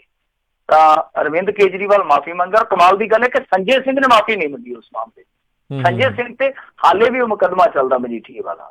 ਤਾਂ ਮਾਣਹਾਨੀ ਦਾ ਜਿਹੜਾ ਕੇਸ ਕੀਤਾ ਸੀ ਮਜੀਠੀਏ ਨੇ, ਉਹਦੇ 'ਚ ਇੱਕ ਅਖਬਾਰ ਨੂੰ ਵਲੇਟਿਆ ਸੀ, ਅਖਬਾਰ ਵੀ ਮਾਫੀ ਮੰਗਿਆ ਸੀਗਾ। ਤੇ ਕਮਾਲ ਦੀ ਗੱਲ ਆ ਕਿ ਸਿੱਧੇ ਤੌਰ ਤੇ ਤੁਸੀਂ ਦੇਖਿਆ ਹੋਣਾ ਕਿ ਕਲੀਨ ਚਿੱਟ ਨਹੀਂ ਮਿਲੀ ਹਾਲੇ ਮਜੀਠੀਆ ਨੂੰ, ਕਲੀਨ ਚਿੱਟ ਨਹੀਂ ਮਿਲੀ। ਆਪਾਂ ਬਹੁਤ ਵਾਰੀ ਵਿਚਾਰ ਕੀਤਾ, ਇੱਥੋਂ ਤੱਕ ਕਿ ਈਡੀ ਦਾ ਜਿਹੜਾ ਉਸ ਟਾਈਮ ਦਾ ਡਾਇਰੈਕਟਰ ਹੁੰਦਾ ਸੀਗਾ, ਉਹਨੇ ਜਾ ਕੇ ਕੋਰਟ 'ਚ ਐਡਮਿਟ ਕੀਤਾ, ਕੋਰਟ ਦੇ ਵਿੱਚ ਇਹ ਗੱਲ ਜਾ ਕੇ ਮੰਨੀ ਆ ਕਿ ਅਸੀਂ ਇਹਨੂੰ ਸਮਨ ਕੀਤਾ ਸੀ। ਉਸ ਤੋਂ ਬਾਅਦ ਗੱਲ ਆਈ ਗਈ ਹੋ ਗਈ, ਬਹੁਤ ਸਾਰੀਆਂ ਦਲੀਲਾਂ ਜਿਹੜੀਆਂ ਹੋਰ ਵੀ ਕਰੀਆਂ ਜਾ ਸਕਦੀਆਂ, ਉਹ ਦਲੀਲਾਂ ਜਿਹੜੀਆਂ ਕੋਰਟ ਦੇ ਵਿੱਚ ਗਈਆਂ ਉਹ ਸਾਰੀਆਂ ਬਾਹਰ ਵੀ ਆਈਆਂ। ਤਾਂ ਕਹਿਣ ਦਾ ਭਾਵ ਇਹ ਆ ਕਿ ਜੇ ਮਜੀਠੀਆ ਨੂੰ ਅੱਜ ਤੱਕ ਦੋਸ਼ੀ ਕਰਾਰ ਨਹੀਂ ਦਿੱਤਾ ਤੇ ਕਲੀਨ ਚਿੱਟ ਵੀ ਨਹੀਂ ਮਿਲੀ। ਜਦੋਂ ਈਡੀ ਵੱਲੋਂ ਹਾਲੇ ਤੱਕ ਕਲੀਨ ਚਿੱਟ ਨਹੀਂ ਦਿੱਤੀ ਗਈ, ਇਹਨਾਂ ਨੇ ਮਾਫੀ ਮੰਗ ਲਈ, ਇਹ ਵੀ ਤੇ ਇੱਕ ਬਹੁਤ ਵੱਡਾ ਭੇਤ ਆ ਨਾ ਕਿ ਤੁਸੀਂ ਆਪਣੇ ਪੱਧਰ ਤੇ ਹੀ ਕਲੀਨ ਚਿੱਟ ਦੇ ਦਿੱਤੀ ਆ। ਉਸ ਅਖਬਾਰ ਤੇ ਵੀ ਉਦੋਂ ਬਹੁਤ ਵੱਡੇ ਸਵਾਲ ਉੱਠੇ ਸੀਗੇ ਕਿ ਜੇ ਤੁਹਾਡੇ ਕੋਲ ਇਸ ਤਰ੍ਹਾਂ ਦੇ ਕੋਈ ਪ੍ਰਮਾਣਿਤ ਸਬੂਤ ਹੀ ਨਹੀਂ ਹੁੰਦੇ, ਤੁਸੀਂ ਉਦੋਂ ਕਿਉਂ ਇਸ ਤਰ੍ਹਾਂ ਦੀਆਂ ਚੀਜ਼ਾਂ ਲਿਖਦੇ ਹੋ। ਤਾਂ ਕਹਿਣ ਦਾ ਭਾਵ ਇਹ ਕਿ ਮੇਰੀ ਜਾਣਕਾਰੀ ਦੇ ਮੁਤਾਬਕ ਭਗਵੰਤ ਮਾਨ ਤੇ ਇਸ ਤਰ੍ਹਾਂ ਦਾ ਕੋਈ ਕੇਸ ਨਹੀਂ। ਵੈਸੇ ਮਾਫੀ ਜਦੋਂ ਇਹਨਾਂ ਨੇ ਮੰਗ ਲਈ ਸੀਗੀ ਅਰਵਿੰਦ ਕੇਜਰੀਵਾਲ ਹੋਰਾਂ ਨੇ, ਤਾਂ ਉਹਦੇ ਵਿੱਚ ਕਾਫੀ ਕੁਛ ਇਹਨਾਂ ਦਾ ਨੁਕਸਾਨ ਵੀ ਹੋਇਆ। ਤਾਂ ਭਗਵੰਤ ਮਾਨ ਨੇ ਕਿਹਾ ਸੀਗਾ ਕਿ ਮੈਂ ਤੇ ਕਹੂੰਗਾ ਮੇਰੇ ਤੇ ਕੇਸ ਇਹਨੇ ਕਰਨਾ ਕਰ ਦੇ। ਜੀ ਜੀ। ਵੈਸੇ ਭਗਵੰਤ ਮਾਨ ਹੋਣਾ ਦੀ ਅੱਜ ਇੱਕ ਤਸਵੀਰ ਜਿਹੜੀ ਚਰਚਾ ਦਾ ਵਿਸ਼ਾ ਜਿਹੜੀ ਬਣ ਰਹੀ ਆ ਵੀ ਸਿਮਰਨਜੀਤ ਸਿੰਘ ਮਾਨ ਹੋਣਾ ਦੇ ਵੀ ਜਿਹੜੇ ਗੋਡੀ ਹੱਥ ਪੈਰੀ ਹੱਥ ਲਾਉਂਦੇ ਨਜ਼ਰ ਆਏ ਆ, ਉਹ ਵੀ ਸੇਮ ਟਾਈਮ ਤੇ ਪਰਚਾ ਭਰਨ ਗਏ, ਨਾਮਜ਼ਦਗੀ ਦਾਖਲ ਕਰਨ ਗਏ ਹੋਏ ਸੀਗੇ। ਕੌਣ ਜੀ? ਭਗਵੰਤ ਮਾਨ, ਸਿਮਰਨਜੀਤ ਸਿੰਘ ਮਾਨ ਹੁਣੀ।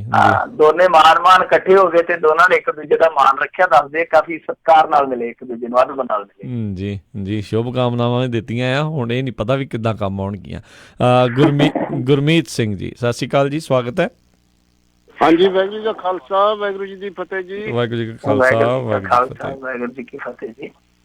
ਹਾਂਜੀ, ਮੇਰਾ ਸਵਾਲ ਹੈ ਜੀ, ਇੱਕ ਖਬਰ ਆ ਰਹੀ ਜੀ ਮੋਦੀ ਦੀ ਸ਼ਾਦੀ ਹੋਈ ਵੀ ਹੈ ਜੀ, ਇਹ ਸੱਚ ਹੈ ਜੀ ਇਹ ਝੂਠ ਹੈ? ਹੁਣ ਇਲੈਕਸ਼ਨ ਦੇ ਟਾਈਮ ਸ਼ਾਦੀ ਆ ਗਈ ਯਾਦ ਜੀ। ਮੋਦੀ ਦੀ ਸ਼ਾਦੀ ਤੇ ਹੋਈ ਆ, ਇਹਦੇ ਤੇ ਕੋਈ ਸ਼ੱਕ ਹੀ ਨਹੀਂ ਹੈ ਜੀ। ਸ਼ਾਦੀ ਤੇ ਹੋਈ ਆ, ਪਰ ਸ਼ਾਦੀ ਦਾ ਜਿਹੜਾ ਰੁਤਬਾ ਸੀਗਾ ਪਤਨੀ ਨੂੰ ਵਿਚਾਰੀ ਨੂੰ ਅਜੇ ਤੱਕ ਨਹੀਂ ਮਿਲ ਸਕਿਆ। ਉਹ ਤੇ ਹਾਲੇ ਵੀ RTI ਪਾ ਕੇ ਪੁੱਛਦੀ ਆ ਕਿ ਮੇਰਾ ਸਟੇਟਸ ਤੇ ਦੱਸੋ। ਉਹਨੂੰ ਇਹ ਗੱਲ ਵੱਖਰੀ ਆ ਕਿ ਰੁਤਬਾ ਨਹੀਂ ਮਿਲਿਆ ਵਿਚਾਰੀ ਨੂੰ, ਪਰ ਸ਼ਾਦੀ ਤੇ ਇਹਨਾਂ ਦੀ ਹੋਈ ਆ। ਔਰ ਮੈਂ ਤੁਹਾਡੀ ਜਾਣਕਾਰੀ ਲਈ ਦੱਸ ਦਿਆਂ ਕਿ ਪਹਿਲਾਂ ਨਰਿੰਦਰ ਮੋਦੀ ਕਾਲਮ ਖਾਲੀ ਛੱਡ ਦਿਆ ਕਰਦਾ ਸੀਗਾ। ਫਿਰ ਸੁਪਰੀਮ ਕੋਰਟ ਦੇ ਵਿੱਚੋਂ ਨਾ ਇੱਕ ਫੈਸਲਾ ਆਇਆ ਸੀਗਾ ਕਿ ਤੁਹਾਨੂੰ ਸਾਰੇ ਕਾਲਮ ਜਿਹੜੇ ਫਿਲ ਕਰਨੇ ਪੈਣਗੇ, ਭਰਨੇ ਪੈਣਗੇ। ਤਾਂ ਜਿਹੜਾ ਅੰਤਲਾ ਇਹਨਾਂ ਦਾ ਅੱਜ ਦਾ ਮੈਂ ਹਲਫਨਾਮਾ ਦੇਖਿਆ ਨੀਗਾ, ਮੈਂ ਦੇਖੂੰਗਾ ਨਰਿੰਦਰ ਮੋਦੀ ਦਾ ਹਲਫਨਾਮਾ ਜਿਹੜਾ ਉਹ ਕੀ ਆ। ਤਾਂ ਇਹਨਾਂ ਨੇ ਫਿਰ ਜਿਹੜਾ ਕਰ ਦਿੱਤਾ ਸੀਗਾ ਕਿ ਜਦੋਂ ਤੁਸੀਂ ਨੋਮੀਨੇਸ਼ਨ ਕਰਨੀ ਆ ਹਰ ਇੱਕ ਖਾਨਾ ਭਰਨਾ ਜ਼ਰੂਰੀ ਆ। ਤਾਂ ਉਹ ਜਿਹੜਾ ਮੈਰਿਡ ਸਟੇਟਸ ਹੁੰਦਾ ਹੈ, ਮੈਰਿਡ ਸਟੇਟਸ ਅੱਗੇ ਨਰਿੰਦਰ ਮੋਦੀ ਖਾਲੀ ਛੱਡ ਦਿਆ ਕਰਦਾ ਸੀ, ਪਰ ਜਿਹੜਾ ਪਿਛਲਾ ਇਲੈਕਸ਼ਨ ਸੀ ਉਹਦੇ ਚ ਇਹਨਾਂ ਨੇ ਮੰਨਿਆ ਸੀ ਕਿ ਇਹ ਮੈਰਿਡ। ਜੀ, ਉਹਦਾ ਐਫੀਡੇਵਿਟ ਦੇ ਵਿੱਚ ਉਹਨਾਂ ਨੇ ਤਕਰੀਬਨ 50% ਜਿਹੜੀ 52% ਕਹਿੰਦੇ ਇਹਨਾਂ ਦੀ ਐਸਟ ਦੇ ਵਿੱਚ ਵਾਧਾ ਹੋਇਆ ਆ। 2.5 ਕਰੋੜ ਦੀ ਇਹਨਾਂ ਦੀ ਹੁਣ ਜਿਹੜੀ ਚੱਲ ਜਾਇਦਾਦ ਜਿਹੜੀ ਆ ਉਹ ਹੋ ਚੁੱਕੀ। ਪੁੱਛ ਲੋ, ਕਹੂਗਾ ਝੋਲੇ ਵਾਲਾ ਫਕੀਰ ਆ, ਮੈਂ ਤਾਂ ਝੋਲੇ ਵਾਲਾ ਫਕੀਰ ਆ। ਉਹ ਫਕੀਰ ਆ ਜਿਹੜੇ ਕਰੋੜਪਤੀ। ਰਾਜਾ ਵੜਿੰਗ ਵੀ ਕਹੀ ਜਾਂਦਾ ਸੀ ਬਠਿੰਡੇ ਚ, ਕਹਿੰਦਾ ਜੀ ਮੈਂ ਤੇ ਗਰੀਬ ਆ, ਵੇਖਿਓ ਗਰੀਬ ਮਾਰਨਾ ਕਰ ਦਿਓ, ਸਰਮਾਏਦਾਰਾਂ ਨਾਲ ਮੱਥਾ ਲੱਗਾ। ਜਿਹੜਾ ਗਰੀਬ ਆ 26-27 ਕਿੱਲੇ ਦੇ ਕੋਲ ਝੋਟੇ ਦੇ ਸਿਰ ਵਰਗੀ ਪੈਲੀ ਆ ਤੇ 4-5 ਕਰੋੜ ਰੁਪਈਆ ਦੇ ਖਾਤੇ ਦੇ ਵਿੱਚ ਆ। ਕਰੋੜਪਤੀ ਨੰਗ ਨੇ, ਸਹੀ ਗੱਲ ਹੈ ਜੀ। ਪਰਮਜੀਤ ਸਿੰਘ ਜੀ, ਸਵਾਗਤ ਹੈ, ਸਤਿ ਸ਼੍ਰੀ ਅਕਾਲ। ਹੈਲੋ, ਹਾਂਜੀ ਭਾਈ, ਸਤਿ ਸ਼੍ਰੀ ਅਕਾਲ ਸਾਰਿਆਂ ਨੂੰ। ਸਤਿ ਸ਼੍ਰੀ ਅਕਾਲ। ਸਤਿ ਸ਼੍ਰੀ ਅਕਾਲ। ਮੇਰੀ ਮਦਦ ਕੁਐਸਚਨ ਇਹ ਆ ਕਿ ਜਦੋਂ ਪੰਜਾਬ ਦੀਆਂ ਇਲੈਕਸ਼ਨਾਂ ਹੋਈਆਂ ਸੀਗੀਆਂ ਉਦੋਂ ਸਤਪਾਲ ਸਿੰਘ ਖਹਿਰਾ ਹੋਣਾ ਦੀ, ਅੱਜ ਕੱਲ ਹੁਣ ਕਈ ਬੰਦੇ ਕੱਟ ਕੇ ਲੈ ਕੇ ਆ ਰਹੇ ਆ ਕਿ ਉਦੋਂ ਵਿੱਚੋਂ ਇਹਨਾਂ ਦੀ ਗੱਲਬਾਤ ਕਾਂਗਰਸ ਨਾਲ ਹੋ ਰਹੀ ਸੀਗੀ ਮਦਦ ਵਾਪਸੀ ਦੀ। ਤਾਂ ਇਹਦੇ ਬਾਰੇ ਕਿੰਨਾ ਕੁ ਸੱਚ ਆ? ਹਾਲੇ ਵੀ ਕਹਿੰਦੇ ਕਿ ਮਤਲਬ ਜੇ ਕਾਂਗਰਸ ਕੱਲ ਨੂੰ ਸਤਪਾਲ ਸਿੰਘ ਖਹਿਰਾ ਨੂੰ ਕਹਿ ਦੇਵੇ ਕਿ ਹਾਂ ਵੀ ਆ ਜਾਓ ਤੁਸੀਂ ਵੀ, ਕੀ ਇਹ ਸਤਪਾਲ ਸਿੰਘ ਖਹਿਰਾ ਹੁਣ ਜਾਣਗੇ ਮੁੜ ਕੇ ਕਾਂਗਰਸ 'ਚ? ਇੱਕ ਇਹਦੇ ਬਾਰੇ ਦੱਸਿਓ। ਤੇ ਦੂਜਾ, ਅਕਸ਼ੇ ਕੁਮਾਰ ਹੋਣਾ ਨੇ ਮੋਦੀ ਸਾਹਿਬ ਹੋਣਾ ਦੀ ਕੀਤੀ ਸੀ ਇੰਟਰਵਿਊ, ਮੈਨੂੰ ਇੰਟਰਵਿਊ ਤਾਂ ਘੱਟ ਲੱਗਦੀ ਹੈ, ਚਾਲ ਪੁਲਸੀ ਜਿਆਦਾ ਲੱਗਦੀ ਆ ਕਿ ਅਕਸ਼ੇ ਕੁਮਾਰ ਹੋਣੇ ਇੱਥੇ ਤੱਕ ਟੁੱਟ ਗਏ ਆ। ਇਹਦੇ ਬਾਰੇ ਦੱਸਿਓ ਜੀ। ਧੰਨਵਾਦ। ਹਾਂਜੀ, ਇਹਨਾਂ ਦੇ ਸਵਾਲ ਦੱਸੋ ਕੀ ਸਨ। ਇੱਕ ਤਾਂ ਕਹਿੰਦੇ ਵੀ ਖਹਿਰੇ ਹੋਣਾ ਬਾਰੇ ਚਰਚਾਵਾਂ ਉਦੋਂ ਵੀ ਚੱਲਦੀਆਂ ਸੀਗੀਆਂ ਜਦੋਂ ਆਮ ਆਦਮੀ ਪਾਰਟੀ 'ਚ ਵੀ ਇਹ ਕਾਂਗਰਸ 'ਚ ਜਾਣਗੇ, ਹੁਣ ਅਲੱਗ ਹੋਏ ਨੇ, ਤੇ ਕੀ ਉਹਨਾਂ ਦੀ ਉੱਥੇ ਘਰ ਵਾਪਸੀ ਹੋ ਸਕਦੀ? ਤੇ ਅਕਸ਼ੇ ਕੁਮਾਰ ਤਾਂ ਪੂਰੀ ਚਾਪਲੂਸੀ ਨਜ਼ਰ ਆਈ ਕਰਦੇ। ਉਹ ਤਾਂ ਹੈ ਹੀ ਚਾਪਲੂਸ ਹੈ ਅਕਸ਼ੇ ਕੁਮਾਰ, ਤੇ ਇਹਦੇ ਚ ਕੋਈ ਸ਼ੱਕ ਨਹੀਂ ਹੈ। ਉਹ ਤੇ ਸਨੀ ਦਿਓਲ, ਅਕਸ਼ੇ ਕੁਮਾਰ ਸਾਹਿਬ, ਉਹ ਤਾਂ ਹੈ ਹੀ ਆ। ਕੋਈ ਕਾਂਗਰਸ ਦਾ ਕੋਈ ਇਹਨਾਂ ਦਾ ਭਾਜਪਾ ਲੈਂਦਾ, ਏਦਾਂ ਹੀ ਕੰਮ ਚੱਲੀ ਜਾਂਦਾ। ਪਰ ਜਿਹੜੀ ਗੱਲ ਤੁਸੀਂ ਖਹਿਰੇ ਦੀ ਕਹੀ ਆ, ਉਹ ਇੱਥੇ ਹੁਣ ਉਹੀ ਲੋਕ ਕਹੀ ਜਾਂਦੇ ਜਿਹੜੇ ਕੱਲ ਤੱਕ ਖਹਿਰੇ ਦੇ ਭਗਤ ਵੀ ਸੀਗੇ, ਉਹ ਵੀ ਹੁਣ ਕਹੀ ਜਾਂਦੇ ਕਿ ਕੋਈ ਪਤਾ ਨਹੀਂ ਇਹਦਾ ਕੀ ਕਰਨਾ ਵਾ। ਤਾਂ ਇਹ ਤੁਸੀਂ ਦੇਖਿਓ, ਮੈਂ ਅੱਗੇ ਵੀ ਕਿਹਾ ਜਿੱਦਣ ਜਗਮੀਤ ਬਰਾੜ ਨੂੰ ਮਜ਼ਾਕ ਕੀਤੇ ਜਾ ਰਹੇ ਸੀ ਪੰਜਾਬ ਦੇ ਵਿੱਚ, ਤਾਂ ਮੈਂ ਇਹ ਗੱਲ ਕਹੀ ਸੀਗੀ ਕਿ ਜਗਮੀਤ ਬਰਾੜ ਤੁਹਾਨੂੰ ਕਈ ਵੇਖਣ ਨੂੰ ਮਿਲਣਗੇ। ਤੁਸੀਂ ਲੀਡਰਾਂ ਨੂੰ ਕਹਿੰਦੇ ਜੇ, ਮੈਨੂੰ ਤੇ ਸ਼ੱਕ ਹੈ ਇਲੈਕਸ਼ਨ ਹੋ ਲੈਣ ਦਿਓ, ਕਈ ਪਾਰਟੀਆਂ ਨੇ ਪਾਰਟੀਆਂ ਬਦਲ ਜਾਣੀਆਂ। ਕਹਿਣ ਤੋਂ ਭਾਵ ਇਹ ਆ ਕਿ ਪਾਰਟੀਆਂ 'ਚ ਮਰਜ ਹੋ ਜਾਣਗੀਆਂ। ਪੰਜਾਬ ਦਾ ਇਤਿਹਾਸ ਚੱਕ ਕੇ ਦੇਖ ਲਓ, 20 ਸਾਲਾਂ ਦਾ ਇਤਿਹਾਸ ਚੱਕ ਕੇ ਦੇਖ ਲਓ, ਕਿੰਨੀਆਂ ਪਾਰਟੀਆਂ ਬਣੀਆਂ। ਅੱਜ ਉਹਨਾਂ 'ਚ ਖੜੀ ਕਿਹੜੀ ਆ, ਸਟੈਂਡ ਕਿਹੜੀ ਕਰ ਰਹੀ? ਸਾਰੀਆਂ ਮਰਜ ਹੋਈਆਂ ਨੇ। ਮੈਨੂੰ ਤੇ ਇਹ ਡਰ ਆ ਕਿ ਇਹ ਕਈ ਪਾਰਟੀਆਂ ਨਾਲ ਮਰਜ ਹੋ ਜਾਣ ਕਿਤੇ ਕਾਂਗਰਸ ਦੇ ਵਿੱਚ ਜਾ ਕੇ। ਬਹੁਤ ਸਾਰੇ ਲੋਕ ਕਿਆਫਾ ਲਾ ਰਹੇ ਆ, ਪਰ ਮੇਰਾ ਕਿਆਫਾ ਜਿਹੜਾ ਥੋੜਾ ਜਿਹਾ ਉਲਟ ਆ ਕਿ ਸੁਖਪਾਲ ਖਹਿਰਾ ਜੇ ਮੰਨ ਲਓ ਜਾਂਦਾ ਤਾਂ ਕਾਂਗਰਸ ਹੀ ਉਹਨੂੰ ਸੂਟ ਕਰੂਗੀ, ਆਪਾਂ ਨੂੰ ਵੀ ਪਤਾ ਹੀ ਆ। ਪਰ ਕਾਂਗਰਸ ਦੇ ਵਿੱਚ ਜਾਣ ਵਾਸਤੇ ਉਹਦੇ ਰਾਹ ਦਾ ਜਿਹੜਾ ਅੜਿੱਕਾ ਕੈਪਟਨ ਅਮਰਿੰਦਰ ਸਿੰਘ ਤਾਂ ਜਦੋਂ ਤੱਕ ਕੈਪਟਨ ਅਮਰਿੰਦਰ ਸਿੰਘ ਦੀ ਸਰਦਾਰੀ ਆ, ਮੇਰੇ ਖਿਆਲ ਦੇ ਨਾਲ ਉਦੋਂ ਤੱਕ ਇਹਨੂੰ ਇੰਤਜ਼ਾਰ ਕਰਨਾ ਪਊ, ਕਿਉਂਕਿ ਦੋਵੇਂ ਕਾਫੀ ਗਾਂਹ ਤੱਕ ਗਏ ਆ। ਜੇ ਕੈਪਟਨ ਚਾਹੂਗਾ, ਮੰਨ ਲਓ ਸੁਖਪਾਲ ਖਹਿਰਾ ਚਾਹੁੰਦਾ ਕਿ ਮੈਂ ਵਾਪਸ ਚਲਾ ਜਾਵਾਂ, ਕਿਉਂਕਿ ਲੀਡਰਾਂ ਨੂੰ ਘੱਟ ਹੀ ਹੁੰਦੀ ਹੈ, ਲਾਪਾ ਦੀ ਕੋਈ ਚੱਕਰ ਨਹੀਂ ਹੁੰਦਾ, ਤਾਂ ਜੇ ਮੰਨ ਲਓ ਫੈਸਲਾ ਲੈ ਵੀ ਲੈਂਦਾ ਕਿ ਮੈਂ ਕਾਂਗਰਸ 'ਚ ਜਾਵਾਂ, ਤਾਂ ਸਭ ਤੋਂ ਪਹਿਲਾਂ ਕੈਪਟਨ ਅਮਰਿੰਦਰ ਸਿੰਘ ਦੀ ਖੁਸ਼ੀ, ਸਹਿਮਤੀ ਜਾਂ ਕਹੀਏ ਕਿ ਉਹਦੀ ਰਜ਼ਾਮੰਦਗੀ ਲੈਣੀ ਬਹੁਤ ਜ਼ਰੂਰੀ ਹੋਏਗੀ, ਜਿੱਦਾਂ ਆਪਾਂ ਜਗਮੀਤ ਦੇ ਕੇਸ ਦੇ ਵਿੱਚ ਵੇਖਿਆ ਵਾ। ਜੀ ਜੀ, ਬਿਲਕੁਲ ਬਿਲਕੁਲ। ਪਾਲ ਸਿੰਘ ਜੀ, ਸਤਿ ਸ਼੍ਰੀ ਅਕਾਲ ਜੀ, ਸਵਾਗਤ ਹੈ। ਹੈਲੋ, ਹਾਂਜੀ ਸਤਿ ਸ਼੍ਰੀ ਅਕਾਲ ਪਾਲ ਸਿੰਘ ਜੀ। ਹੈਲੋ, ਹਾਂਜੀ ਹਾਂਜੀ, ਹੈਲੋ ਜੀ, ਪੁੱਛੋ ਜੀ, ਕੀ ਸਵਾਲ ਹੈ? ਹਾਂਜੀ, ਮੇਰਾ ਤੇ ਦੋਨਾਂ ਸਾਥੀਆਂ ਨੂੰ ਪਿਆਰ ਭਰੀ ਸਤਿ ਸ਼੍ਰੀ ਅਕਾਲ। ਸਤਿ ਸ਼੍ਰੀ ਅਕਾਲ ਜੀ। ਸਤਿ ਸ਼੍ਰੀ ਅਕਾਲ ਜੀ। ਕਨਈਆ ਕੁਮਾਰ ਦੀ ਬੇਗੂਸਰੀਆ ਵਾਲੀ ਸੀਟ ਦੀ ਕੀ ਅਪਡੇਟ ਹੈ ਮਿੰਟੂ ਜੀ? ਮਤਲਬ ਭਾਵੇਂ ਰਵਾਇਤੀ ਪਾਰਟੀਆਂ ਨੇ, ਬੜੀ ਹੌਟ ਸੀਟ ਆ, ਬੜੀ ਹੌਟ ਸੀਟ ਆ, ਔਰ ਉਮੀਦ ਆ ਕਿ ਬੇਗੂਸਰਾਏ, ਦੇਖੋ ਕਾਮਰੇਡਾਂ ਦਾ ਗੜ੍ਹ ਆ, ਦਿਨਕਰ ਦੀ ਧਰਤੀ ਆ, ਮਹਾਕਵੀ ਹੋਇਆ ਦਿਨਕਰ, ਤੇ ਮੇਰੇ ਖਿਆਲ ਦੇ ਨਾਲ 12 ਸਾਲ ਰਾਜ ਸਭਾ ਦਾ ਮੈਂਬਰ ਵੀ ਰਿਹਾ। ਭਾਰਤ ਦੀ ਆਜ਼ਾਦੀ ਤੋਂ ਬਾਅਦ ਹੀ ਉਹਨੂੰ ਬਣਾ ਦਿੱਤਾ ਗਿਆ ਸੀਗਾ। ਉਹ ਦਿਨਕਰ ਦੀ ਧਰਤੀ ਆ ਬੇਗੂਸਰਾਏ, ਕਾਮਰੇਡਾਂ ਦਾ ਗੜ੍ਹ ਆ। ਤੇ ਮੈਂ ਵੀ ਹੋਪਫੁਲ ਆ, ਮੈਂ ਵੀ ਚਾਹੁੰਦਾ ਵਾਂ ਕਿ ਕੋਈ ਇਸ ਤਰ੍ਹਾਂ ਦਾ ਨੌਜਵਾਨ ਜਿਹਦੀ ਸੋਚ ਜਿਹੜੀ ਆ ਬੜੀ ਕ੍ਰਾਂਤੀਕਾਰੀ ਸੋਚ ਆ, ਜਿਹਦਾ ਬੋਲਣ ਦਾ ਢੰਗ ਆ, ਜਿਹੜਾ ਜਿਹਦੀ ਜਾਣਕਾਰੀ ਦਾ ਦਾਇਰਾ ਜਿਹੜਾ ਬੜਾ ਵੱਡਾ, ਬਹੁਤ ਵੱਡਾਕਾਰੀ ਆ, ਇਸ ਤਰ੍ਹਾਂ ਦਾ ਨੌਜਵਾਨ ਘੱਟੋ ਘੱਟ ਅਸੀਂ ਅਸੈਂਬਲੀ 'ਚ ਇੱਕ ਵਾਰੀ ਵੇਖੀਏ ਤੇ ਸਹੀ, ਆਪਣੀ ਜ਼ਿੰਦਗੀ 'ਚ ਵੇਖੀਏ ਤਾਂ ਸਹੀ, ਕਾਰਗੁਜ਼ਾਰੀ ਉਹਦੀ ਕਿੱਦਾਂ ਦੀ ਰਹਿੰਦੀ ਹੈ, ਤੇ ਚਲੋ ਉਹ ਬਾਅਦ ਦੀਆਂ ਗੱਲਾਂ ਨੇ, ਵੀ ਅਸੀਂ ਏਦਾਂ ਦਾ ਕੋਈ ਨੌਜਵਾਨ ਵੇਖੀਏ ਜਿਹੜਾ ਬਹੁਤ ਤਾਕੜ ਹੋਵੇ, ਜੋਸ਼ੀਲਾ ਤਾਂ ਹੋਵੇ, ਨਾਲ ਜਾਣਕਾਰੀ ਵੀ ਰੱਖਦਾ ਹੋਵੇ। ਸੋ ਦੇਖੋ ਕੀ ਬਣਦਾ, ਕਿਉਂਕਿ ਰਵਾਇਤੀ ਪਾਰਟੀਆਂ ਇਹ ਰਵਾਇਤ ਵੀ ਨਿਭਾ ਦਿੰਦੀਆਂ ਕਈ ਵਾਰ ਕਿ ਜੇ ਇਸ ਤਰ੍ਹਾਂ ਦਾ ਕੋਈ ਚੰਗਾ ਤਕੜਾ ਬੰਦਾ ਜਿਹੜਾ ਇਹਨਾਂ ਦੇ ਅੱਗੇ ਜਾ ਕੇ ਬਹੁਤ ਵੱਡੇ ਝਟਕੇ ਬਣ ਸਕਦਾ ਹੋਵੇ, ਉਹਨੂੰ ਰਲ ਕੇ ਵੀ ਹਰਾਉਣ ਦਾ ਯਤਨ ਕਰਦੇ ਆ। ਤਾਂ ਐਤਕੀ ਜੇ ਤੁਸੀਂ ਦੇਖੋ ਕਿ ਮਹਾਗਠਜੋੜ ਨੇ ਆਪਣਾ ਕੈਂਡੀਡੇਟ ਖਿਲਾਰ ਦਿੱਤਾ, ਜੇ ਮੰਨ ਲਓ ਇਹ ਥੋੜੇ ਜਿਹੇ ਸਮੀਕਰਨ ਟੇਢੇ ਮੇਢੇ ਕਰ ਲੈਂਦੇ, ਇਹਨਾਂ ਨੇ ਹੁਣ ਜਿਵੇਂ ਕਿਹਾ ਕਿ ਸਾਡਾ ਜਿਹੜਾ ਉਮੀਦਵਾਰ ਖਿਲਾਰਿਆ ਉਹ ਇੰਨੀ ਵੋਟ ਲੈ ਕੇ ਗਿਆ ਸੀਗਾ, ਸਾਡਾ ਹੱਕ ਬਣਦਾ ਸੀਗਾ, ਜਿਵੇਂ ਲਾਲੂ ਪ੍ਰਸਾਦ ਯਾਦਵ ਦੇ ਮੁੰਡੇ ਨੇ ਕਿਹਾ। ਪਰ ਜੇ ਉਹ ਇਹ ਗੱਲ ਸੋਚਦੇ ਕਿ ਨੌਜਵਾਨ ਸਿਆਸਤ ਦੇ ਵਿੱਚ ਆਉਣ, ਵਧੇਰੇ ਰੁਚੀ ਲੈਣ, ਤਾਂ ਉਹਨੂੰ ਪ੍ਰਤੀਕ ਬਣਾਇਆ ਜਾ ਸਕਦਾ ਸੀ ਕਨਈਆ। ਤਾਂ ਮੇਰੇ ਖਿਆਲ ਦੇ ਨਾਲ ਇਹਨਾਂ ਨੇ ਐਸਾ ਨਹੀਂ ਕੀਤਾ, ਤਾਂ ਕਰਕੇ ਸ਼ਾਇਦ ਲਾਲੂ ਨੇ ਸਮਝਾਇਆ ਹੋਏਗਾ ਕਿ ਤੁਹਾਨੂੰ ਕੱਲ ਨੂੰ ਇਹ ਖਰਾਬ ਕਰੂਗਾ, ਇਹਨੂੰ ਜਿੱਤਣ ਨਾ ਦਿਓ। ਤੇ ਜਦੋਂ ਇਹ ਸੋਚ ਕੰਮ ਕਰਦੀ ਆ, ਫਿਰ ਅੰਦਰ ਖਾਤੇ ਬਹੁਤ ਕੁਛ ਹੁੰਦਾ, ਪਰ ਫਿਰ ਵੀ ਟੱਕਰ ਉੱਥੇ ਬੜੀ ਜ਼ਬਰਦਸਤ ਹੋ ਰਹੀ ਆ। ਇੱਕੋ ਇੱਕ ਬੇਗੂਸਰਾਏ ਸੀਟ ਜਿਹੜੀ ਆ, ਵਾਹਿਦ ਸੀਟ ਵੇਖਣ ਡਿਆ ਵਾ, ਜਿੱਥੇ ਭਾਰਤ ਦੇ ਕੋਨੇ ਚੋਂ ਲੋਕ ਜਾ ਕੇ ਪ੍ਰਚਾਰ ਕਰ ਰਹੇ, ਜਿਹੜੇ ਕਨਈਆ ਨੂੰ ਕਦੇ ਨਹੀਂ ਜਾ ਮਿਲੇ, ਉਹ ਕਰ ਰਹੇ। ਸਾਡੇ ਇੱਥੇ ਪੰਜਾਬ ਦਾ ਇੱਕ ਗੁਰਸਿੱਖ ਮੁੰਡਾ, ਉਹਨੂੰ ਪੁੱਛਿਆ ਕਿ ਸਿੱਖਾਂ ਦੀ ਤੇ ਕਾਮਰੇਡਾਂ ਦੇ ਨਾਲ ਵਿਚਾਰਧਾਰਾ ਦਾ ਥੋੜਾ ਫਰਕ ਆ, ਉਹਨੇ ਆਖਿਆ ਕਿ ਨਹੀਂ, ਸਾਡੇ ਜਿਹੜੇ ਗੁਰੂ ਸਾਹਿਬਾਨ ਸੀ ਉਹ ਵੀ ਸਿੱਖਾਂ ਨੂੰ ਇੱਕੋ ਹੀ ਉਪਦੇਸ਼ ਦੇ ਕੇ ਗਏ ਆ ਕਿ ਅਨਿਆਂ ਦੇ ਖਿਲਾਫ ਲੜਨਾ, ਨਹੀਂ ਜੇ ਅਨਿਆਂ ਦੇ ਖਿਲਾਫ ਇਹ ਲੜਦਾ ਤਾਂ ਸਾਡਾ ਵੀ ਫਰਜ਼ ਬਣਦਾ ਕਿ ਅਸੀਂ ਇਹਦਾ ਸਾਥ ਦਈਏ।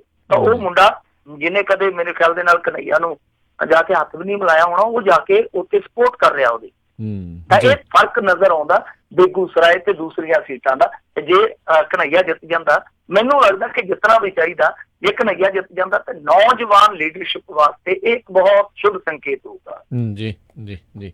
ਤੇ ਜਾਂਦੇ ਜਾਂਦੇ ਇੱਕ ਹੋਰ ਸਵਾਲ ਸਾਨੂੰ ਫੇਸਬੁੱਕ ਤੋਂ ਆਇਆ, ਤਲਵਿੰਦਰ ਨਾਹਲ ਜੀ ਪੁੱਛਦੇ ਨੇ ਵੀ ਖਡੂਰ ਸਾਹਿਬ ਲੋਕ ਸਭਾ ਦੀ ਜਿਹੜੀ ਕੀ ਅਪਡੇਟ ਆ, ਡਿੰਪਾ ਅੱਗੇ ਆ, ਬੀਬੀ ਜਗੀਰ ਕੌਰ, ਖਾਲੜਾ ਜੀ, ਕੌਣ ਕਿਹਦਾ ਜਿਹੜਾ ਪਲੜਾ ਭਾਰੀ ਨਜ਼ਰ ਆ ਰਿਹਾ?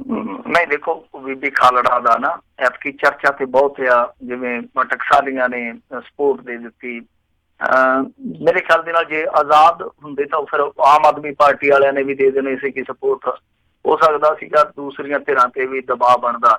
ਪਰ ਹਾਲ ਦੀ ਘੜੀ ਮੇਰੇ ਖਿਆਲ ਦੇ ਨਾਲ ਖਡੂਰ ਸਾਹਿਬ ਦੇ ਵਿੱਚ ਆਪਾਂ ਇਹ ਨਹੀਂ ਕਹਿ ਸਕਦੇ ਕਿ ਬੀਬੀ ਜੀ ਇਸ ਟਾਈਮ ਜਿੱਤਦੇ ਆ, ਹਾਂ ਬਹੁਤ ਕਲੋਜ਼ ਫਾਈਟ ਦੇ ਵਿੱਚ ਆ ਜਾਣ ਥੋੜੇ ਦਿਨਾਂ ਤੱਕ, ਤੇ ਅੱਗੇ ਜਾ ਕੇ ਫਿਰ ਸਿੱਟੇ ਪ੍ਰਭਾਵਿਤ ਹੋ ਸਕਦੇ ਆ।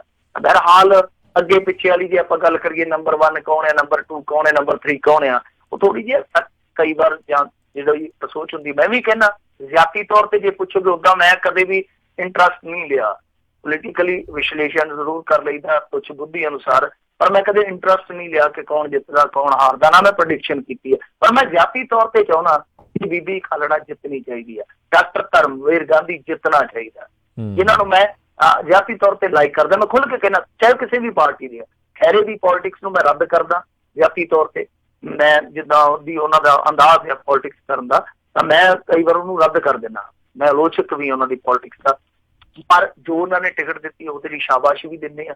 ਪਰ ਜਿਹੜੇ ਇਹ ਚਿਹਰੇ ਆ ਉਹ ਜਿੱਤਨੇ ਜ਼ਰੂਰ ਚਾਹੀਦੇ, ਜਿੱਦਾਂ ਡਾਕਟਰ ਧਰਮਵੀਰ ਗਾਂਧੀ ਦੀ ਮੈਂ ਗੱਲ ਕੀਤੀ ਹੈ ਕਿ ਉਹ ਹੀਰਾ ਬੰਦਾ, ਹੀਰਾ ਇਸ ਕਰਕੇ ਨਹੀਂ ਕਹਿ ਰਿਹਾ ਕਿ ਮੈਂ ਉਹਨੂੰ ਜਾਣਦਾ ਜਾਂ ਮੈਂ ਉਹਨੂੰ ਲਾਈਕ ਕਰਦਾ, ਇਹ ਹੈ ਕਿ ਤੁਸੀਂ ਦੇਖੋ ਸਟਿੰਗ ਦੇ ਵਿੱਚ ਵੱਡੇ ਵੱਡੇ ਫਸ ਗਏ, ਵੱਡੇ ਵੱਡੇ MP ਫਸ ਗਏ।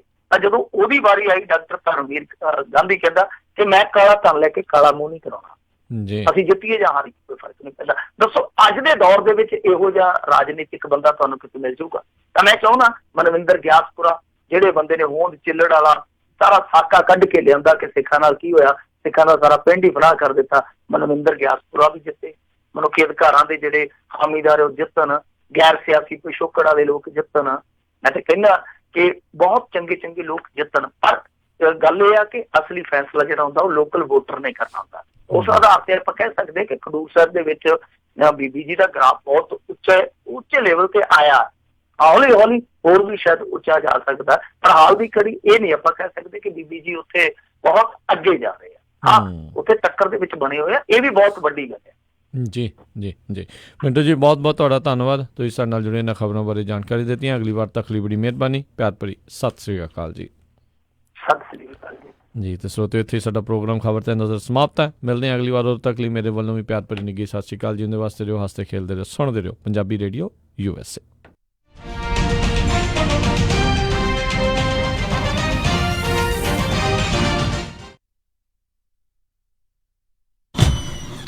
ਉਹ ਕਿੱਥੇ